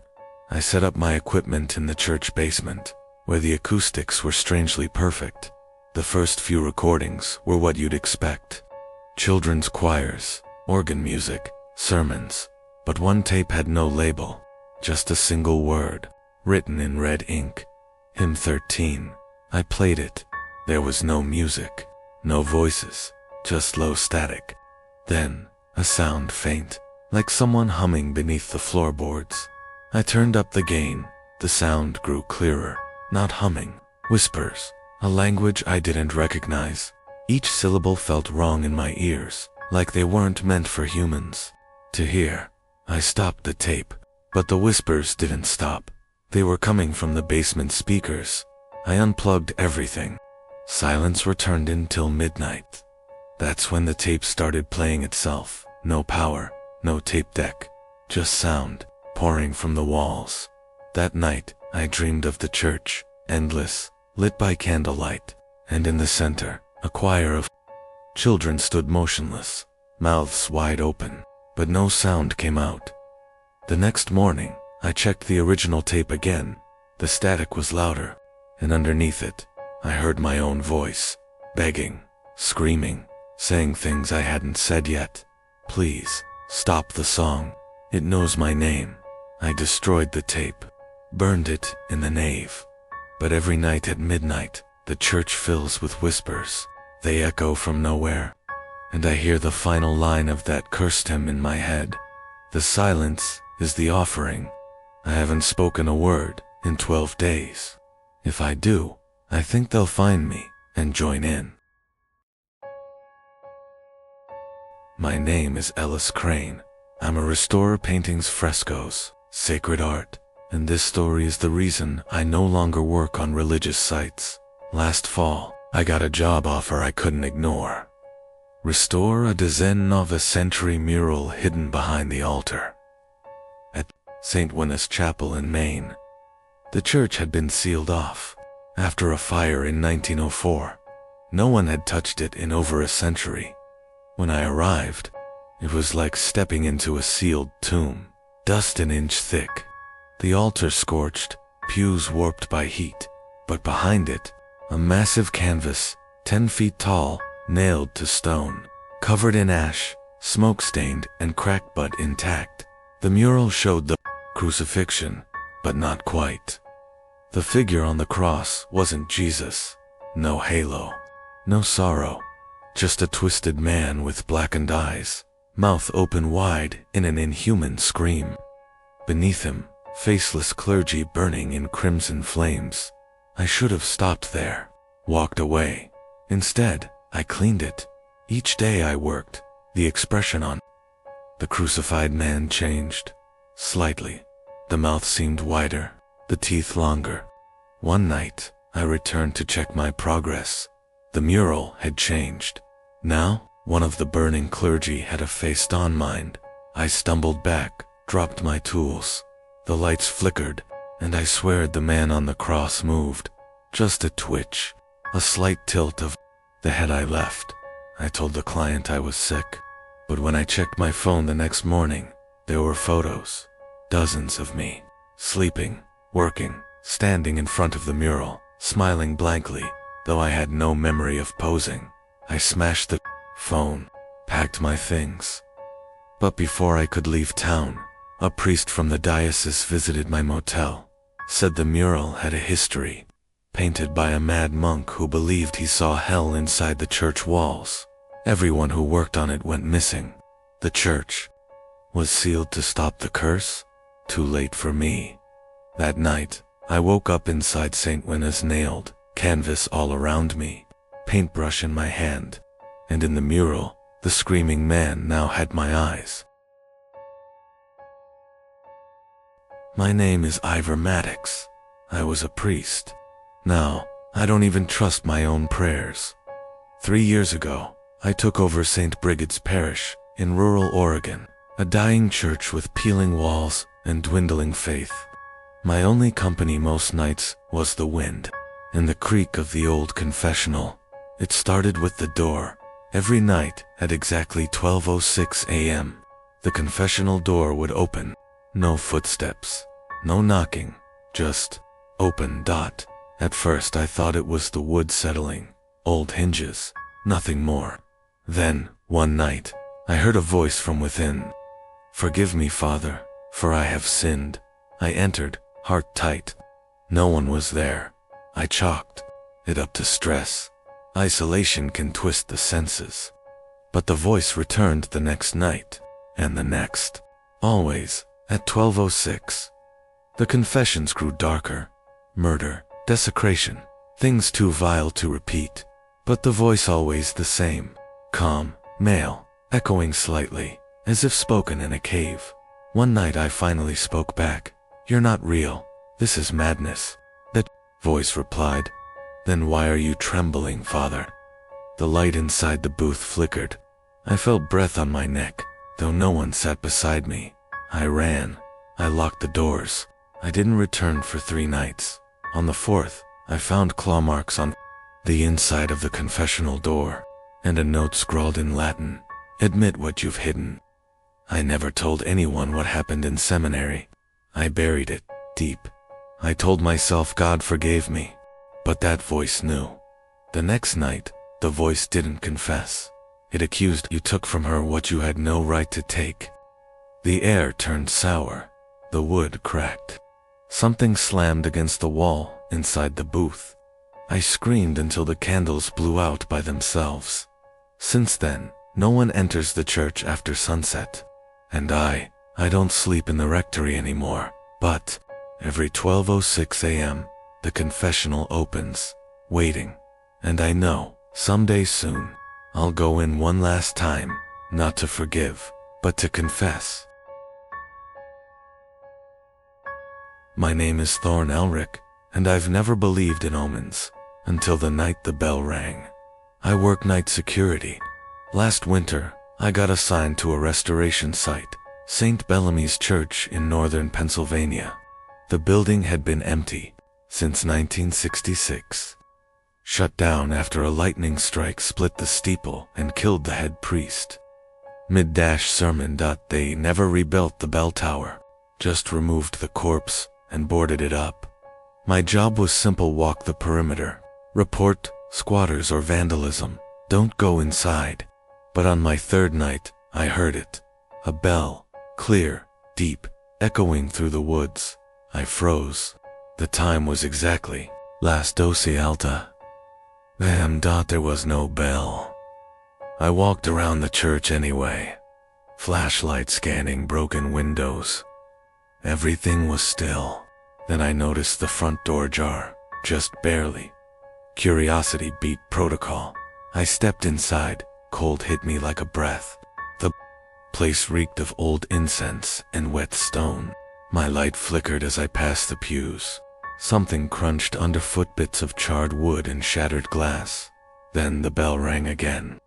From above I looked up. The steeple was still there, perfect, pristine, as if untouched by time. My heart pounded. That wasn't possible. I'd seen the photos. I'd walked the grounds. The steeple was gone, Yet here it was, whole, and glowing faintly from within. I climbed the stairs drawn, not thinking. At the top was the bell room, dustless, a large iron bell swaying gently without chains. A man stood beneath it, black robes, skin pale like candle wax. He turned to me, smile sharp, and said, "You're right on time."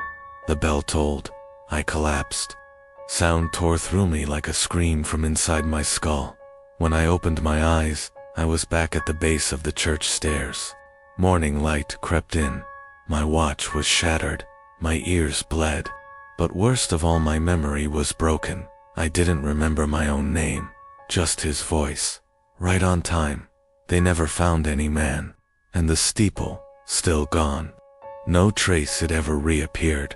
But every night since, wherever I go, no matter the distance, the bell tolls at midnight, and I feel the urge to return. My name is Elijah Crow, and I've been deaf in my left ear since last spring. The doctors say it's nerve damage. I say it's the choir. I'm a sound engineer for a historical documentary series. We were filming at St. Alaric's Cathedral, in Maine, built in 1704, supposedly cursed in 1721, and condemned in 1998 after a fire during Mass. We got special permission to record ambient sound inside. The building was barely standing. Charred rafters, pews blackened to bone. The pulpit melted in place, but the acoustics, unreal. I swear, you could hear a whisper from across the hall. I set up 3 mics, one by the altar, one near the organ, one facing the choir loft. Then I waited, headphones on, for nature to sing. It wasn't nature that answered. At exactly 3:17 a.m., the audio feed from the choir mic came alive. A choir began to sing. No music, no instruments, just voices. Beautiful, at first latent hymns, harmony like silk. But something was off. The melody bent oddly, stretching syllables until they sounded ... wrong. One voice in particular, sharp and childlike, carried above the others, repeating the same word. Exurge. I took off the headphones, heart pounding. There was no one in the loft. I climbed the ruined stairs, flashlight in hand. Dust rose with each step. The loft was empty, except for a single hymn book, open to a page stained in red. Not ink. I turned to leave, and that's when I heard them again behind me. A full choir, now screaming the same word. Exurge. The air split. My left eardrum burst. I felt it pop like paper. I collapsed, blood streaming down my neck. I must have blacked out. When I came to, the cathedral was silent. My equipment fried. The hymn book gone. Back at the studio, we tried to salvage the recordings. 2 mics were dead. The third, the one from the loft, played back exactly 13 seconds of audio. Not the choir, not Latin. Just one child's voice, whispering in perfect English. We rise when no one sings for us. Since then, I don't sleep well, and sometimes I hear a faint chorus humming through walls. Just below, hearing range always to my deaf side. They're waiting for an audience, and next time, I think they'll want to sing through me. My name is Lennox Voyer, and I haven't believed in God since I was 10. But last winter, something inside an old church in Vermont made me wish I did. I was driving cross-country when a snowstorm trapped me near the town of Asheville. It was one of those places that doesn't show up on GPS. My car slid into a ditch, and after walking a mile, I found shelter in an old brick church. It was unlocked, lights still faintly glowing inside. No one else around. St. Meredith's church looked like it had been abandoned for decades, yet the inside was warm to warm. The pews were dustless, the altar was pristine, and next to the entrance stood a large wooden confessional. I don't know why I walked in. Maybe it was the silence, or maybe I just wanted to feel something. I slid into the left side and sat in. The dark. Nothing. Then the screen slid open on the other side. A voice, low and slow, rasped, Confess. I laughed nervously. I'm not really I don't believe in confess. My breath caught. I blinked in the dark. Okay, fine. I stole money from my mom when I was a kid. I never told her. Silence. Then the voice whispered. She knew. A chill wrapped around my spine. I tried to get out, but the door wouldn't budge. I confessed more. Dumb things at first. Skipping work, lying to friends. But the voice responded each time, saying things no one should have known. Then, I slipped. I confessed something real. I hit someone with my car. 2 years ago, I kept driving. I never looked back. The confessional trembled. The lights flickered, and the voice no longer human said, and he never left. Suddenly the wood between us began to crack, splintering outward, like something was pushing through. I screamed, slamming my shoulder against the door until it finally gave way. I stumbled into the chapel. It was pitch black, not just dark absent of light. I ran, following memory instead of vision. I made it to the exit, burst through, and collapsed into the snow. The church behind me was gone, replaced by a twisted dead tree. I was found hours later by a plow driver. They said there's never been a church in Ashfell, not even a foundation. But that night, every mirror in my house frosted over with a single word etched into them: confess. And every now and then, I hear the confessional door creak open when I'm alone. When I'm in the dark, it's waiting. My name is Ezra Mallory. I used to believe that silence was sacred. I was wrong. 3 months ago, I started working as a nighttime custodian at St. Bellamy's Church, a stone behemoth built in the 1800s on the edge of an overgrown cemetery. It paid well, and after losing my warehouse job, scrubbing floors in a holy place didn't seem like the worst gig. But there's something deeply unnatural about a place of worship when the lights are off and the pews are empty. The first night passed uneventfully, some creaking, maybe a draft, the usual old building stuff. But by the fourth night, I started noticing whispers, low murmurs, like distant conversations muffled by walls. They seemed to come from under the floorboards, near the front pews. I chalked it up to old pipes, but then the organ played itself. At 2:13 a.m. exactly, a single note blared out deep and long. I sprinted to the loft, keys jangling, but found no one. The sheet music was untouched, and the power to the instrument was off. I stood frozen, heart hammering, the echo still lingering. The following night, the same note rang again. This time, I didn't go up. Instead, I watched from the nave, hiding behind a column. At exactly 2:13, the air changed thicker, heavier. A cold draft swept in despite the sealed windows. Then the note played again, louder. And I swear to God, the shadows shifted. They moved along the walls, not cast by anything real. I reported it to Father Myron, the head priest. He gave me a long, unreadable stare and said, "Don't stay past midnight anymore." No explanation, no curiosity, just a command. So of course, I stayed. I needed to know. That weekend, I brought a flashlight, a recorder, and a flask. At 2 o'clock, I sat in the front pew, recorder on. The organ began its single wail, but this time it didn't stop. It played a low, droning tone that vibrated through my chest. Then, whispers, but not murmurs, clear voices, speaking in languages I didn't recognize. Latin, maybe, or something far older. Then I saw it, from beneath the altar. Something crawled, long pale limbs dragging a bloated body cloaked in torn vestments. Its face, it had none, just stretched, pink skin where features should have been. It slid toward me, whispering from within, though it had no mouth. "Sanctuary is a lie," it said. Not aloud. Inside my skull, I ran, dropped everything. I left the church door wide open and didn't look back until I was 3 blocks away. The next day, the church was locked, chained from the outside. A handwritten sign said closed for restoration. No one I ask seems to remember St. Bellamy's, not even the local parishioners, as if it was erased. But I still hear the organ every night at 2:13, even when I'm miles away, even now. My name is Cassidy Horn, and I no longer trust the sound of church bells.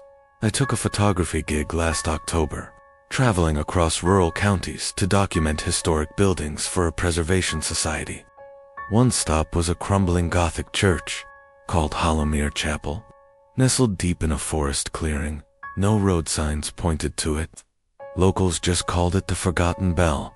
The church hadn't held a service in over 60 years, but the bell tower still stood tall, rusted, and lopsided. The strangest part, the bell still rang. Locals swore they heard it toll exactly at midnight every Sunday, but the tower's rope was long gone, and the bell was cracked clean through. I arrived on a Saturday afternoon, overgrown paths, ivy choking the stone. When I stepped inside, it felt ... wrong. Not just mold and mildew, but something heavier. Like the air carried secrets it had no right to hold. The nave was untouched. Candles long melted into the floor, pews draped in dust. But the altar, it looked new, recently polished. Even I snapped a few shots. That's when I noticed the mural above the chancel. It depicted a priest raising a bell rope, surrounded by villagers kneeling and bleeding from their ears. Charming. I camped inside, determined to catch the midnight toll. Tripod set, lens focused on the bell tower. 11:55 p.m. Silence. 11:58 a. Cold gust swept through the chapel, though the air outside had been still. 12 o'clock. The bell rang ... but not just once. It rang 13 times, each louder than the last. My camera shook on its tripod. Dust rained from the rafters. My ears screamed. I collapsed, clutching my head, and then everything stopped. When I opened my eyes, there were people in the pews, dozens of them, pale, silent, motionless, dressed in funeral clothes from another century, all staring forward.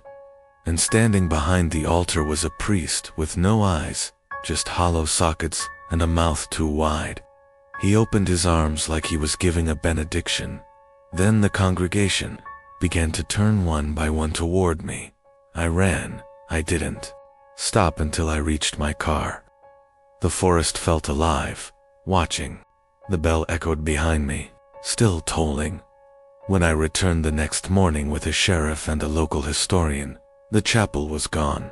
Not just boarded up, gone, as if it had never stood there. Just a clearing of grass where my boot prints ended. In panic, but every Sunday, at midnight, I hear it. 13 tolls, and now, sometimes, I see pale figures in my dreams, sitting in pews made of bone. I'm Sarah Parker, and I've worked at the Woodrow Farm for the past 5 years. It's a peaceful, quiet place, with a large barn and acres of land. The farm's owners, the Woodrows, are kind people, but there's one thing about this place that no one talks about. The barn. I remember my first day on the job. The barn looked ordinary at first, old, creaky, with hay scattered around the floor and the faint smell of animals lingering in the air. But there was something about the atmosphere, a heavy feeling that hung in the air, especially when you went inside at night. The older workers always warned me to avoid the barn after sunset, but they never said why. They'd just exchange nervous glances whenever the topic came up and changed the subject quickly. I thought they were just being superstitious, but I learned differently one fateful evening. It was a cold, misty night, and I had been working late, finishing up some chores. The sun had long since dipped below the horizon, and I was heading to the barn to lock up the animals for the night. As I approached, I noticed something strange. The barn door was slightly ajar, even though I was sure I had locked it earlier. Curious, I pushed the door open and stepped inside. The silence inside was unsettling. No sounds of the usual barn animals, no rustling of hay, just an eerie stillness. I called out, but no one answered. That's when I saw it. A shadow tall and slender moved across the far wall of the barn. Even though the light was dim and no one else was inside, I froze. The shadow didn't have any distinct features, but it seemed to ripple, like it was shifting in the dim light. It didn't move like a normal shadow either. It seemed to stretch unnaturally, as though it was aware of my presence. I backed out of the barn slowly, heart pounding in my chest, but I couldn't shake the feeling that something was following me. The air felt colder, heavier, as if the barn itself was watching me. I should have left then, but instead, I returned the next night. Something told me that I had to know what was in there. I stepped inside again, and this time, I wasn't alone. The barn was filled with a thick darkness, so dense it felt like I was walking through a heavy fog. I could barely see my hand in front of my face. The air was thick with an oppressive energy. Then, I heard a soft, almost inaudible whisper, coming from the far corner of the barn. It wasn't human.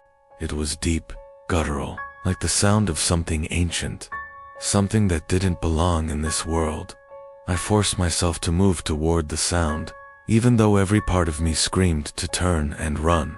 As I approached the corner, I saw it again, the shadow, but this time, it wasn't just on the wall. It was standing in the corner, alive, taking shape in the darkness. It was tall, far taller than any person, with elongated limbs and glowing red eyes. Before I could react, it lunged at me. I screamed and stumbled backward, but it was as if time slowed down. The shadow reached out, its fingers cold as ice, brushing against my skin. I could feel its presence inside my mind, like it was trying to consume my very thoughts, in a panic. I grabbed the nearest thing, one of the old pitchforks in the corner, and shoved it toward the shadow. It screeched a sound like nails on a chalkboard and retreated into the darkness. Disappearing as quickly as it had appeared, I ran from the barn, slamming the door behind me. My hands were shaking, and my breath came in ragged gasps. I couldn't explain what I had just seen, but I knew one thing for sure. That barn was cursed. The next day, I tried to tell the Woodrows what happened, but they wouldn't listen. They just gave me that same worried look and said, "You're not the first to experience it." After that, I never went back into that barn. I moved to a different farm soon after, but I still hear the whispers sometimes, late at night, when the air grows cold, and I know that whatever was in that barn is still out there. I'm Ethan Miller, and I've been living and working on the Edgewater farm for as long as I can remember. It's a peaceful place, far from the chaos of the city, where the only sounds are the rustling of the leaves and the occasional moo of a cow. But there's a truth to the farm that no one talks about, something that's been passed down through generations, hidden beneath layers of silence and superstition. Every year, as the harvest season nears, strange things start to happen. I was 15 when I first noticed it. The nights grow colder, and the sky turns an eerie shade of red as the harvest moon rises. That's when it starts. Voices in the wind, whispers on the edge of your hearing, and the feeling that you're not alone. But it's not just the voices. There's something else. The crops grow faster, twisted, and overripe, as if they're being fed by something unnatural. I didn't believe the stories at first. The older farmhands would joke about the harvest of souls, saying the land demanded a sacrifice each year. They'd laugh it off, but their eyes would shift nervously when the topic came up. I thought it was just an old farm tradition, nothing more than a spooky tale to keep the workers in line. But that all changed one night. It was just after dusk, and I was in the cornfield, doing my usual rounds. The moon was high, casting a sickly glow over the rows of crops. I heard a faint sound, like a child crying, coming from the far side of the field. Curious, I followed the sound, weaving through the thick stalks, my boots crunching in the dry earth. I reached a clearing and stopped, dead in my tracks. There, in the center of the field, stood a figure pale gaunt and dressed in ragged clothes. At first, I thought it was a scarecrow, but then it moved. Slowly, too slowly. The figure turned its head, and I saw its eyes wide, hollow, and empty. A cold shiver ran down my spine as it began to speak. "Help me," it whispered, its voice like dry leaves rustling in the wind. I took a step back, my heart racing, but the figure reached out with long, bony fingers. "It's too late," it hissed. "You can't escape the harvest." Suddenly, the ground beneath my feet trembled. I looked down to see the corn writhing, twisting like snakes, and I felt something cold wrap around my legs. The figure's grip tightened as it pulled me toward the ground. I struggled, but it was no use. The corn was alive, pulling me deeper into the earth, its tendrils wrapping around my body. And then, I saw them faces, dozens of faces, all trapped in the corn, their eyes pleading for help. The figure leaned close, and I could smell something foul like rotten earth and decay. "The land takes its payment every year," it croaked, "and you're the one chosen tonight." With one final, desperate cry, I broke free, stumbling backward out of the field. The figure let out a low, guttural laugh as I ran for my life. I didn't stop until I was back at the farmhouse, gasping for air. The next morning I went back to the field, heart pounding. The corn was still there, but everything seemed normal. There were no signs of the figure, no strange whispers. I thought maybe it had all been a dream, but as I turned to leave, I noticed something strange. There, in the soil where I had been pulled down, was a patch of earth freshly disturbed and a single bloody handprint. I've never gone back to that field, and every year, when the harvest moon rises, I hear the whispers again, and I know it's only a matter of time before the land comes for me. My name is Luke Harris, and I've worked on farms my whole life. There's something about the wide open spaces and the endless rows of crops that feels like freedom. But there's one thing that never made sense to me. The whispering fields. The farm I worked on, Briarwood Acres, was a large property surrounded by miles of wheat fields. It was beautiful, especially at sunset when the golden light bathed the land in a warm glow. But after dark, those fields were something else. They didn't feel peaceful, they felt alive. I first noticed it a few weeks after I started working there. One evening, while I was walking back to the farmhouse, I heard soft voices carried on the wind. At first, I thought it was just the rustling of the wheat, but as I listened more closely, I realized the voices were too distinct. They were whispering words I couldn't understand, like a language I had never heard before. Curious, I decided to walk into the fields the next evening. I had to know what was going on. The wind was calm, and there was no reason for the crops to sway the way they were. But they did. It was as if the plants were alive, shifting and groaning under their own power. I stood in the middle of the field, straining to hear the whispers. They came from every direction, surrounding me like a dense fog. I could feel the cold creeping in, the air growing heavier with each passing second. The voices were getting louder, clearer, and then I heard something that made my blood run cold.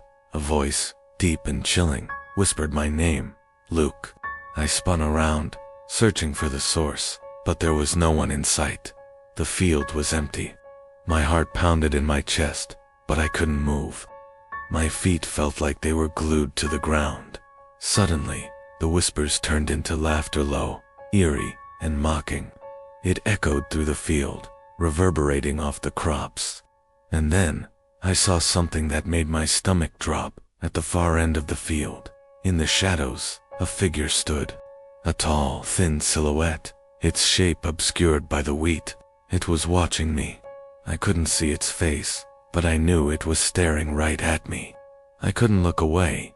The whispers became frantic, almost desperate, and I felt something pushing against me, forcing me to move toward the figure.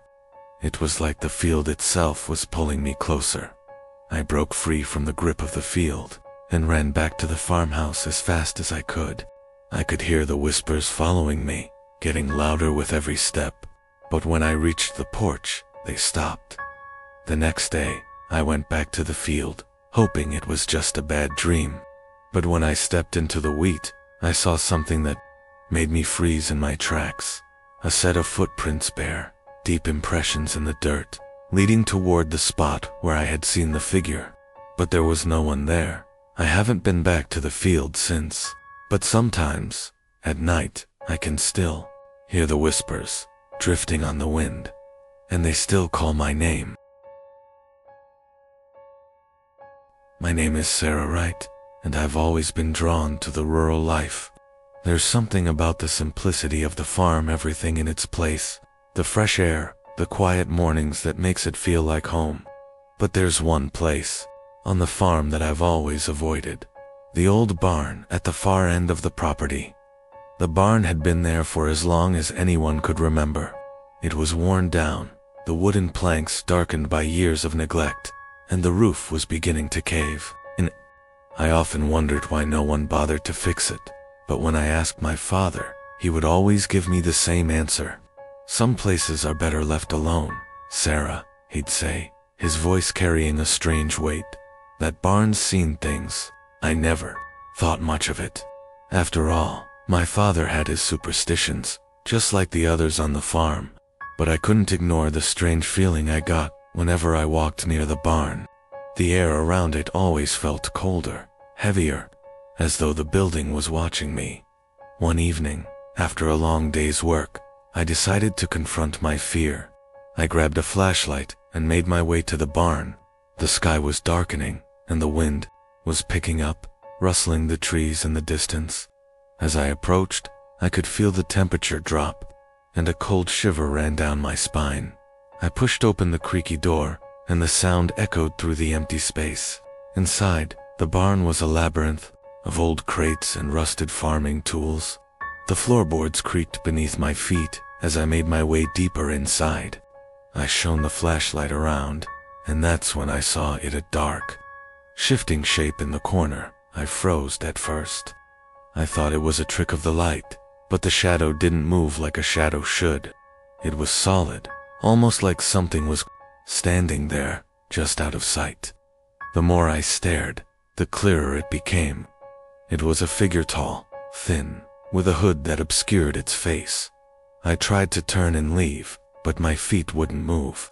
It felt like the very air was holding me in place. The shadow began to glide toward me, its movements unnatural, like it was floating just above the ground. I wanted to scream, but no sound came out. As it reached me, it whispered something, words I couldn't understand. Then, its hand pale and skeletal reached for me. I finally broke free from whatever force was holding me and bolted for the door. As I ran out, I could hear its footsteps behind me, slow and deliberate. The barn door slammed shut on its own as I reached the yard, and when I turned around, the barn was silent. The next day, I went back to the barn to check if it had all been some kind of hallucination. But when I stepped inside, everything was exactly as it had been the night before. Except for one thing. There was a new footprint in the dust. A single bare foot. I never went near the barn again, but sometimes on quiet nights, I can hear the faint sound of footsteps coming from inside, and the shadow still lingers. My name is Ethan Cole, and I thought I had seen everything during my time working on farms. I'd handled every type of animal, every kind of crop, and endured my fair share of long, sleepless nights. But nothing could have prepared me for what happened with the haystack at Fox Hill Farm. Fox Hill had been in the family for generations. It was a big property with acres of fields and barns, and a large haystack sat just outside the main farmhouse. The farm had always been well kept, except for that one corner of the field where the haystack stood. For years, it was always a little strange. The hay seemed to never settle, always moving like it was alive. At first, I thought it was just the wind, but even on still days, the hay would shift. It creaked and groaned like something was hidden inside, I'd heard stories from the older worker stories of a curse that had been placed on the land long ago. They all laughed it off as superstition, but I couldn't ignore the eerie feeling that had settled over me whenever I worked near that haystack. One evening, just as the sun was setting, I decided to investigate. I was alone on the farm that night. The air was thick with the scent of fresh grass, and the sky had turned a dusky shade of orange. I approached the haystack, my footsteps crunching against the dry earth. As I got closer, I could see the hay moving again, but this time, it wasn't just the wind. Something was stirring within. I heard a low, rumbling sound, almost like a growl. It was coming from the heart of the haystack. A feeling of dread settled over me, and I almost turned to leave, but something made me stay. I reached out and grabbed a handful of hay, pulling it aside. As I did, the growl grew louder. I pulled more and more, until I uncovered what was hiding underneath, a skeleton. But not just any skeleton. This one was different. The bones were charred, burned, as if they had been set on fire, and then left to rot. And the worst part, there were markings on the bones, strange symbols that seemed to move as I looked at them. I stumbled back, heart racing. But then the ground beneath me began to shake. The haystack trembled violently, as if it were alive. I watched in horror as the skeleton's hand twitched, then slowly reached out, as if trying to grab me. I turned and ran as I sprinted back to the farmhouse. I could hear a Tay voice, soft and hoarse, whispering through the night. Get out, before it wakes." I didn't sleep that night. The next morning, I went to the haystack again, but it was gone. The ground was completely still, the hay neatly stacked, just like it had always been. But I knew what I had seen. There was something buried beneath that haystack, a curse that had been waiting for someone to uncover it. And now, I knew better than to ever approach that spot again. But sometimes, when I pass by the field at night, I hear the growling again, and the whispers. My name is Andrew Pierce, and I've spent my whole life working the land. I thought I knew every inch of the farm I grew up on, till I found the well. It was hidden behind the barn, overgrown with vines, and almost completely covered by dirt and debris.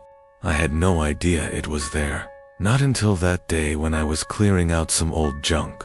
I was tired, filthy from hours of work, when I noticed a dark hole in the ground. At first, I thought it was just a hole dug by some animal, but something about it felt wrong. The air around it was heavier, colder. I knelt down to get a better look, and that's when I saw it, the faint outline of stones buried beneath the soil. I dug it out, slowly, carefully. The well wasn't deep, about 6 feet down, but it looked ancient. Its stone walls were worn and cracked, and the water at the bottom was dark, like ink. That's when I heard it, a whisper, low, soft, but unmistakable. It came from deep within the well. I couldn't make out the words, but I knew someone was speaking to me. I leaned closer, straining to hear. The whisper became clearer. Help, help me. I recoiled, heart pounding in my chest. I stood up and took a step back, shaking my head. There was no way. It was just the wind, right? But I couldn't shake the feeling that something was watching me, something in that well. The next day, I couldn't stop thinking about it. I knew I had to go back. I don't know why, but I couldn't leave it alone. I returned after dark, when the farm was silent. The well was waiting, as if it had been calling to me. This time, the whispers were louder, more urgent. Double quotes, please. Pull me out. I grabbed a nearby rope and tied it to a wooden post, dropping the other end into the well. My heart raced as I tied a hook to the end, hoping I could pull something out, anything. But when the hook hit the water, there was a sudden pull from below, as though someone was grabbing it from the other side. I fought with all my strength, but the pull was relentless.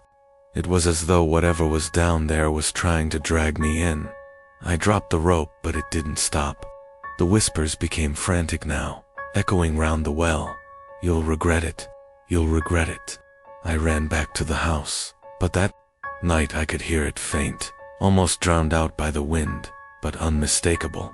"Help me, ... help me, before it's too late." The well remains there to this day, a black pit in the ground. I haven't gone near it since that night. I've heard the whispers again, but now I know better. There's something down there, voice trapped, begging for release. But I don't think it's asking for help anymore. It's warning me. My name is Simon Reynolds. I've worked on farms for years, but nothing could prepare me for what I experienced at Greendale Farm. It was a place that had a reputation for growing the best crops, year after year. But there was a reason for that one I didn't learn until it was too late. It started when I noticed the crops in the farthest field. They were rotting. At first, I thought it was just a bad batch. The rest of the fields were fine, so I didn't think much of it. But over the next few days, the rot spread. The corn began to wilt, turning black at the edges. It was like the decay was moving from plant to plant, infecting everything it touched.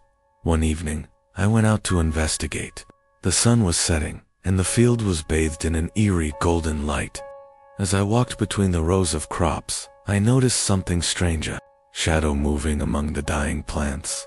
It was tall, but too thin, stretching unnaturally across the field. I called out, but there was no response. The shadow didn't move like a person. It seemed to sway, as if it was being blown by an invisible wind, but there was no breeze. I kept walking, drawn to it, despite the growing sense of dread in my chest. As I got closer, I could see it more clearly. The shadow wasn't a person at all, it was a figure made of the decay itself. Its body was composed of rotting plants, twisted and contorted into a form that was both human and something else entirely. Its face was an empty, hollowed-out mask of moldy wood and writhing roots. I froze. My heart skipped a beat. It didn't seem to notice me, or maybe it just didn't care. Slowly, it reached out, touching the nearest stalk of corn, and I watched in horror as the plant wilted instantly, the leaves turning to black mush. I ran. I didn't stop running until I was back at the farmhouse. I tried to tell the others, but they just laughed it off. "It's just nature," they said. "The weather's been harsh. It'll pass." But the rot didn't pass. It spread faster, until the entire farm was infected. The air grew thick with the stench of decay. People started to leave. Those who stayed grew pale and weak. It was as though the farm itself was dying, and it was pulling everything with it. That night, I went back to the field. I couldn't stay away. I had to know what was happening. I saw it again, the figure made of rot, standing at the center of the field. This time, it turned toward me. Its hollow eyes locked onto mine, and I felt something cold and unnatural crawling inside me.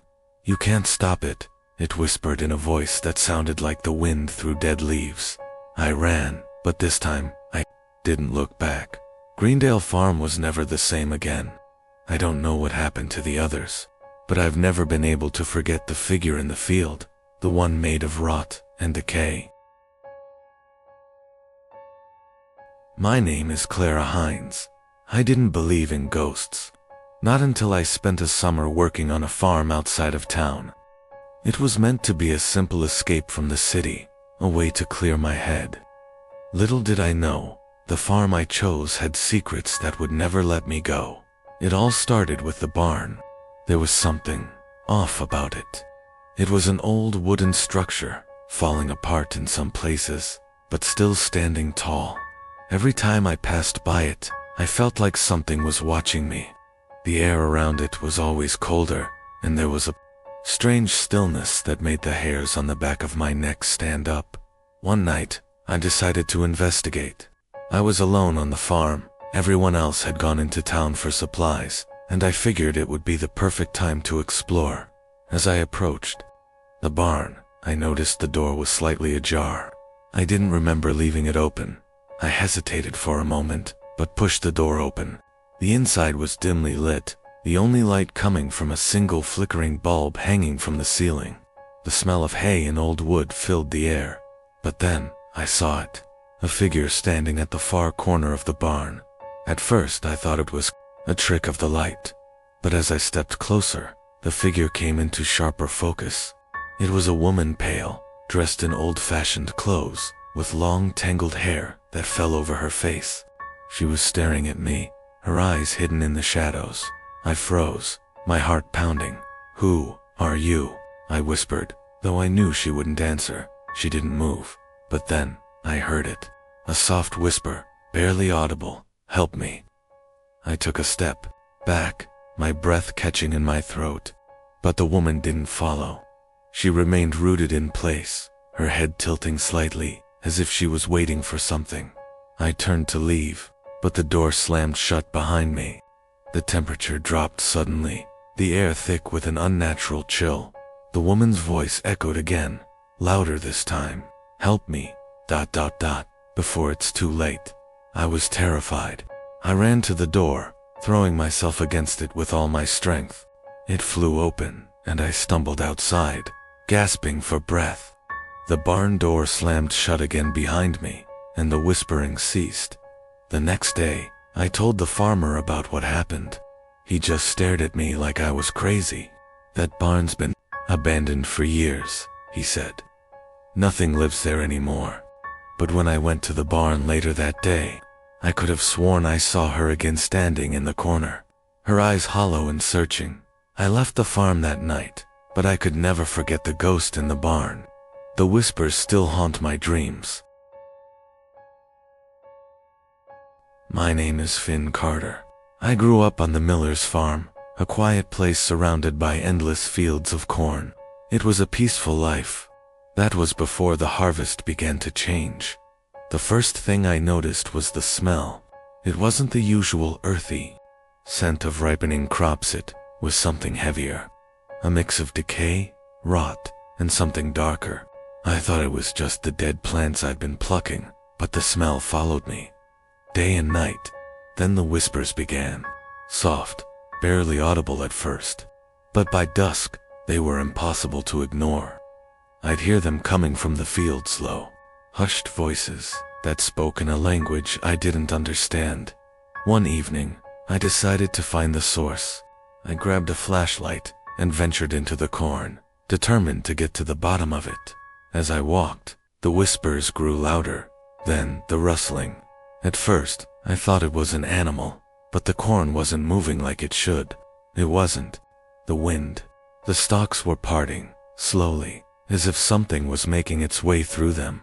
I followed the path, and then I saw it. A figure, a tall, dark shape standing still in the middle of the field. I froze, my heart pounding in my chest. It turned toward me. Its face wasn't human. No eyes, just dark holes where they should have been, and a smile too wide, too unsettling. It spoke in the same language I'd heard before, but this time, I understood. It said, "The harvest is yours now." I ran. The whispers chased me all the way home. That night, I locked all the doors and windows, but the sound of the rustling corn was still there. I couldn't escape it. The next day, I went out to the field again. The corn had grown, but not in the way it should have. It was twisted, distorted, and there, in the center, was the figure again, standing like it had never moved. I had no choice but to leave. The farm wasn't mine anymore. The harvest had claimed it, and it was coming for me next. My name is Elias Walker. I was hired to work at the Everfield farm last summer. It was supposed to be a temporary job, just some odd labor to help pay the bills. What I didn't know was that Everfield wasn't just any farm. The first warning sign came when I saw the old plow in the back shed. It was a relic rusty worn, and far too ancient to be of much use. The owner, Mr. Everfield, saw me eyeing it one day and chuckled. "That plow's been in the family for generations. It never fails." I should have asked more questions, The first week on the farm was quiet, but there was something about the land that felt off. The soil was unnaturally dark, almost black, in places, and the crops grew at an alarming rate, faster than they should. But it was the plow that caught my attention next. Mr. Everfield insisted that I use it to break some fresh ground at the far end of the field. I didn't argue. What else was I supposed to do? But the moment the plow touched the earth, something changed. A cold wind swept across the field. The ground trembled beneath me. Then I heard it low, faint, like a whispering voice carried on the wind. I stopped, looking around, but saw nothing. Then the plow stuck. I tried to lift it, but it wouldn't budge. As I knelt down to investigate, I felt a chill crawling up my spine. The ground beneath the plow was soft, too soft, and there, in the mud, were handprints. Small, skeletal hands, etched into the earth, as if someone had tried to claw their way out. I stepped back. Something was wrong. The wind picked up, and the whispers became clearer. I could hear words now, though they sounded distorted, like someone speaking underwater. Help, us, break the curse. Panicked, I yanked the plow free and ran back to the barn. Mr. Everfield was standing there, watching me with a knowing look. "You've seen it now, haven't you?" he asked, his voice cold as ice. "What's wrong with that plow?" I demanded. He smiled, but it wasn't a friendly smile. "That plow, it's not for tilling soil. It's for breaking the ground open. It's for digging up the past." I didn't stay after that day. I packed up and left, without looking back. But as I drove away, I saw it in the rearview mirror, the plow, standing on its own in the field, the wind blowing around it in an eerie circle. And I heard the whispers again. My name is Cale Turner, and I should have known the moment I stepped inside that caravan that I would never leave. It was supposed to be a simple road trip. I wanted to clear my head, escape the city for a few weeks. I found the caravan on older model, well kept, and relatively cheap for a cross-country journey. The first few days were peaceful. The roads were quiet, the air crisp. Every town I passed seemed like a fleeting dream, fading in the rearview mirror as I moved on. By the time I reached the small town of Cresswell, I was already feeling something strange. The caravan had always felt oddly warm, like someone had been inside, but I chalked it up to old insulation, to the hum of the engine. When I stopped to fuel up, I noticed something peculiar. Man standing by the roadside, staring at me. His eyes were wide, unblinking, fixed on the caravan. I thought he was a hitchhiker, but there was no bag, no sign of movement, just a fixed gaze. I drove away quickly. That night, while parked near the forest, I heard tapping on the windows, almost gentle, like fingers tapping a glass. I looked outside, but saw no one. Then the door creaked open. I froze. I hadn't opened it. I stepped outside, my heart pounding. The air was thick with fog. The forest loomed around me, silent and dark. I couldn't see anything clearly, but I could hear whispers. Soft at first, then growing louder. I rushed back inside the caravan, locked the door, and tried to sleep. But the whispers didn't stop. They echoed through the walls, surrounding me. "You shouldn't have come." I didn't know what to do. I checked the locks again, convinced someone had gotten in, but everything was sealed. The windows, the doors, nothing was out of place. The next day I went to the local diner for breakfast. I told myself I was just being paranoid. I ordered a coffee and sat by the window. Then I saw him again, the man from the side of the road. This time, he was standing in the diner's parking lot. His eyes were still fixed on the caravan. I ran back to the van, my hands trembling. When I climbed inside, I heard the whisper again. "I've been waiting." I started the engine, desperate to leave, but the van wouldn't start. I checked the battery, the fuel gauge. Everything seemed fine, but the whispers didn't stop. They were all around me now, surrounding me, pressing in on me. "Come back, we're waiting for you."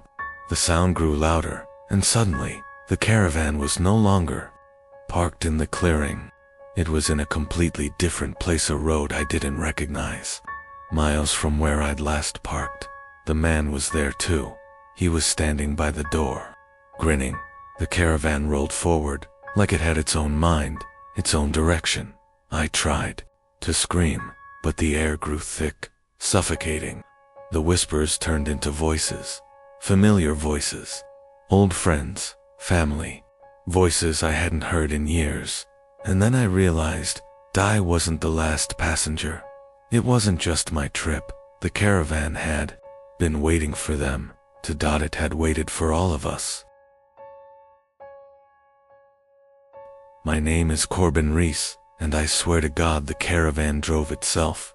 It was my uncle's old rig, parked on his farmland for over 20 years.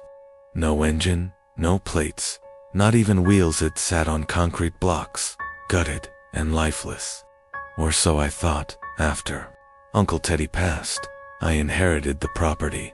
I was going to restore the caravan into a cozy guest house. I thought it'd be a fun project. The first night I stepped inside, I felt motion. Not like an earthquake, but a slow, swaying rhythm. I told myself it was just in my head. Then came the tracks, dirt tracks, behind the van, like it had rolled a few feet forward during the night. But the blocks were still under it, and the wheels, they were gone, long gone. I chalked it up to wind or rain, but the next night, I heard the tires turning, except there were no tires. When I opened the door, the van was 20 feet closer to the woods, just sitting there, still propped up. I ran out, circled it twice. No one, no footprints, just those impossible tracks. By the fourth night, I started locking the door from the outside. Didn't matter each morning. The caravan was closer to the tree line. One day I woke up and it was gone. No drag marks, no noise, just gone, until I found it again deep in the woods. Lights on, no power supply. Inside, someone or something had rearranged the furniture. A table in the center, 3 chairs, and 4 cups of tea, still warm. One chair pulled out as if waiting for me. I ran, but the caravan followed. It didn't move while I looked at it, but every time I turned away, it was closer. I watched it all night. Every time I blinked, it crept forward a few inches. I never heard it, never saw it move. It just arrived, eventually. It was outside my house, then in my driveway, then in the garage. I burned it. I doused it in gasoline and torched it to ash. But last night, I heard that hum again, that low mechanical purr. I looked out the window. There it was, perfect, unburned, engine rumbling, headlights flickering, and the door slowly swinging open, inviting, like it was offering me a ride. My name is Devin Hale, and the static hasn't stopped since I bought the caravan. It was a 1974 Zephyr Cruiser, rusted, dented, cheap, a fixer-upper I found online for next to nothing. The listing said haunted, probably. I thought it was a joke. I needed a break from everything. A breakup, a burnout, a collapse. So I took the van into the woods. Just me, the trees, and some vinyl records. The first night I heard it, faint static from the walls, like an old TV between channels. But I didn't own a TV.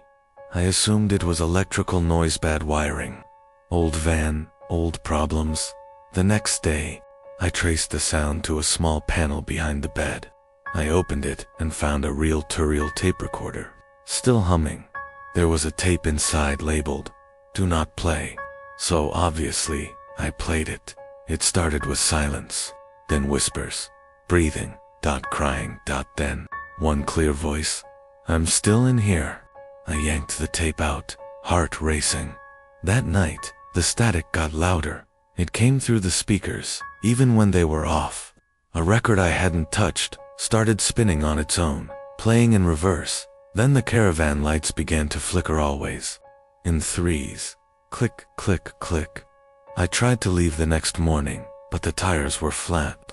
All four dots. Someone had carved words into the side of the van, deep and jagged. You played IT. I stayed inside, clutching a flashlight. Around midnight, a low hum began vibrating through the walls, like something was waking up.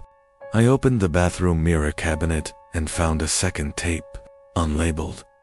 When I pressed play, I heard myself crying, panicked. Then my own voice whispered, "Don't turn around."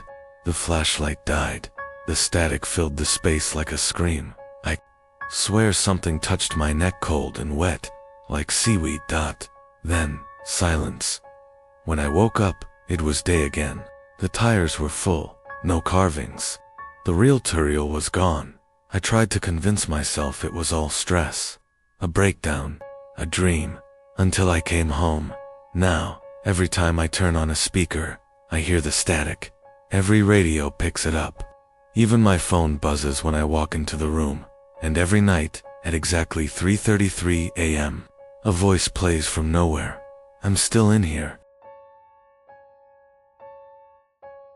My name is Myra Fallon, and I'll never park my caravan in the woods again, not after what happened at Hollow Pines. It was supposed to be a simple solo trip.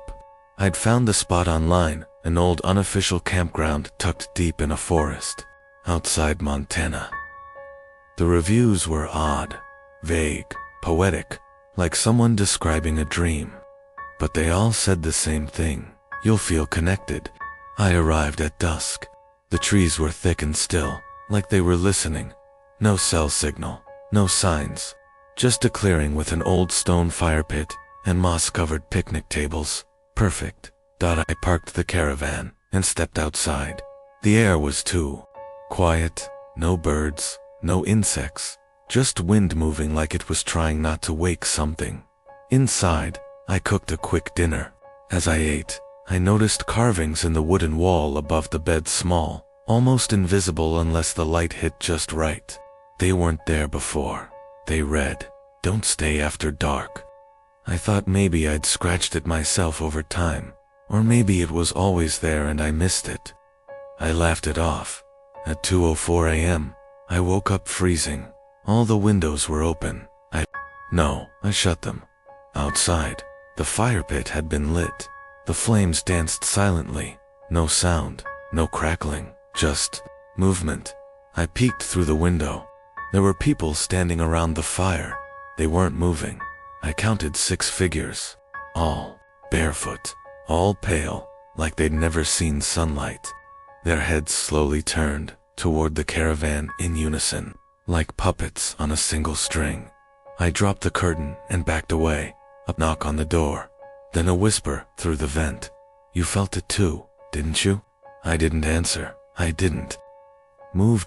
All night, they stood there. By morning, they were gone, but their footprints remained ash-colored, burned into the grass. I decided to leave. I turned the key. Nothing. The battery was dead. I stepped out to check the engine and saw it on the dirt below the van.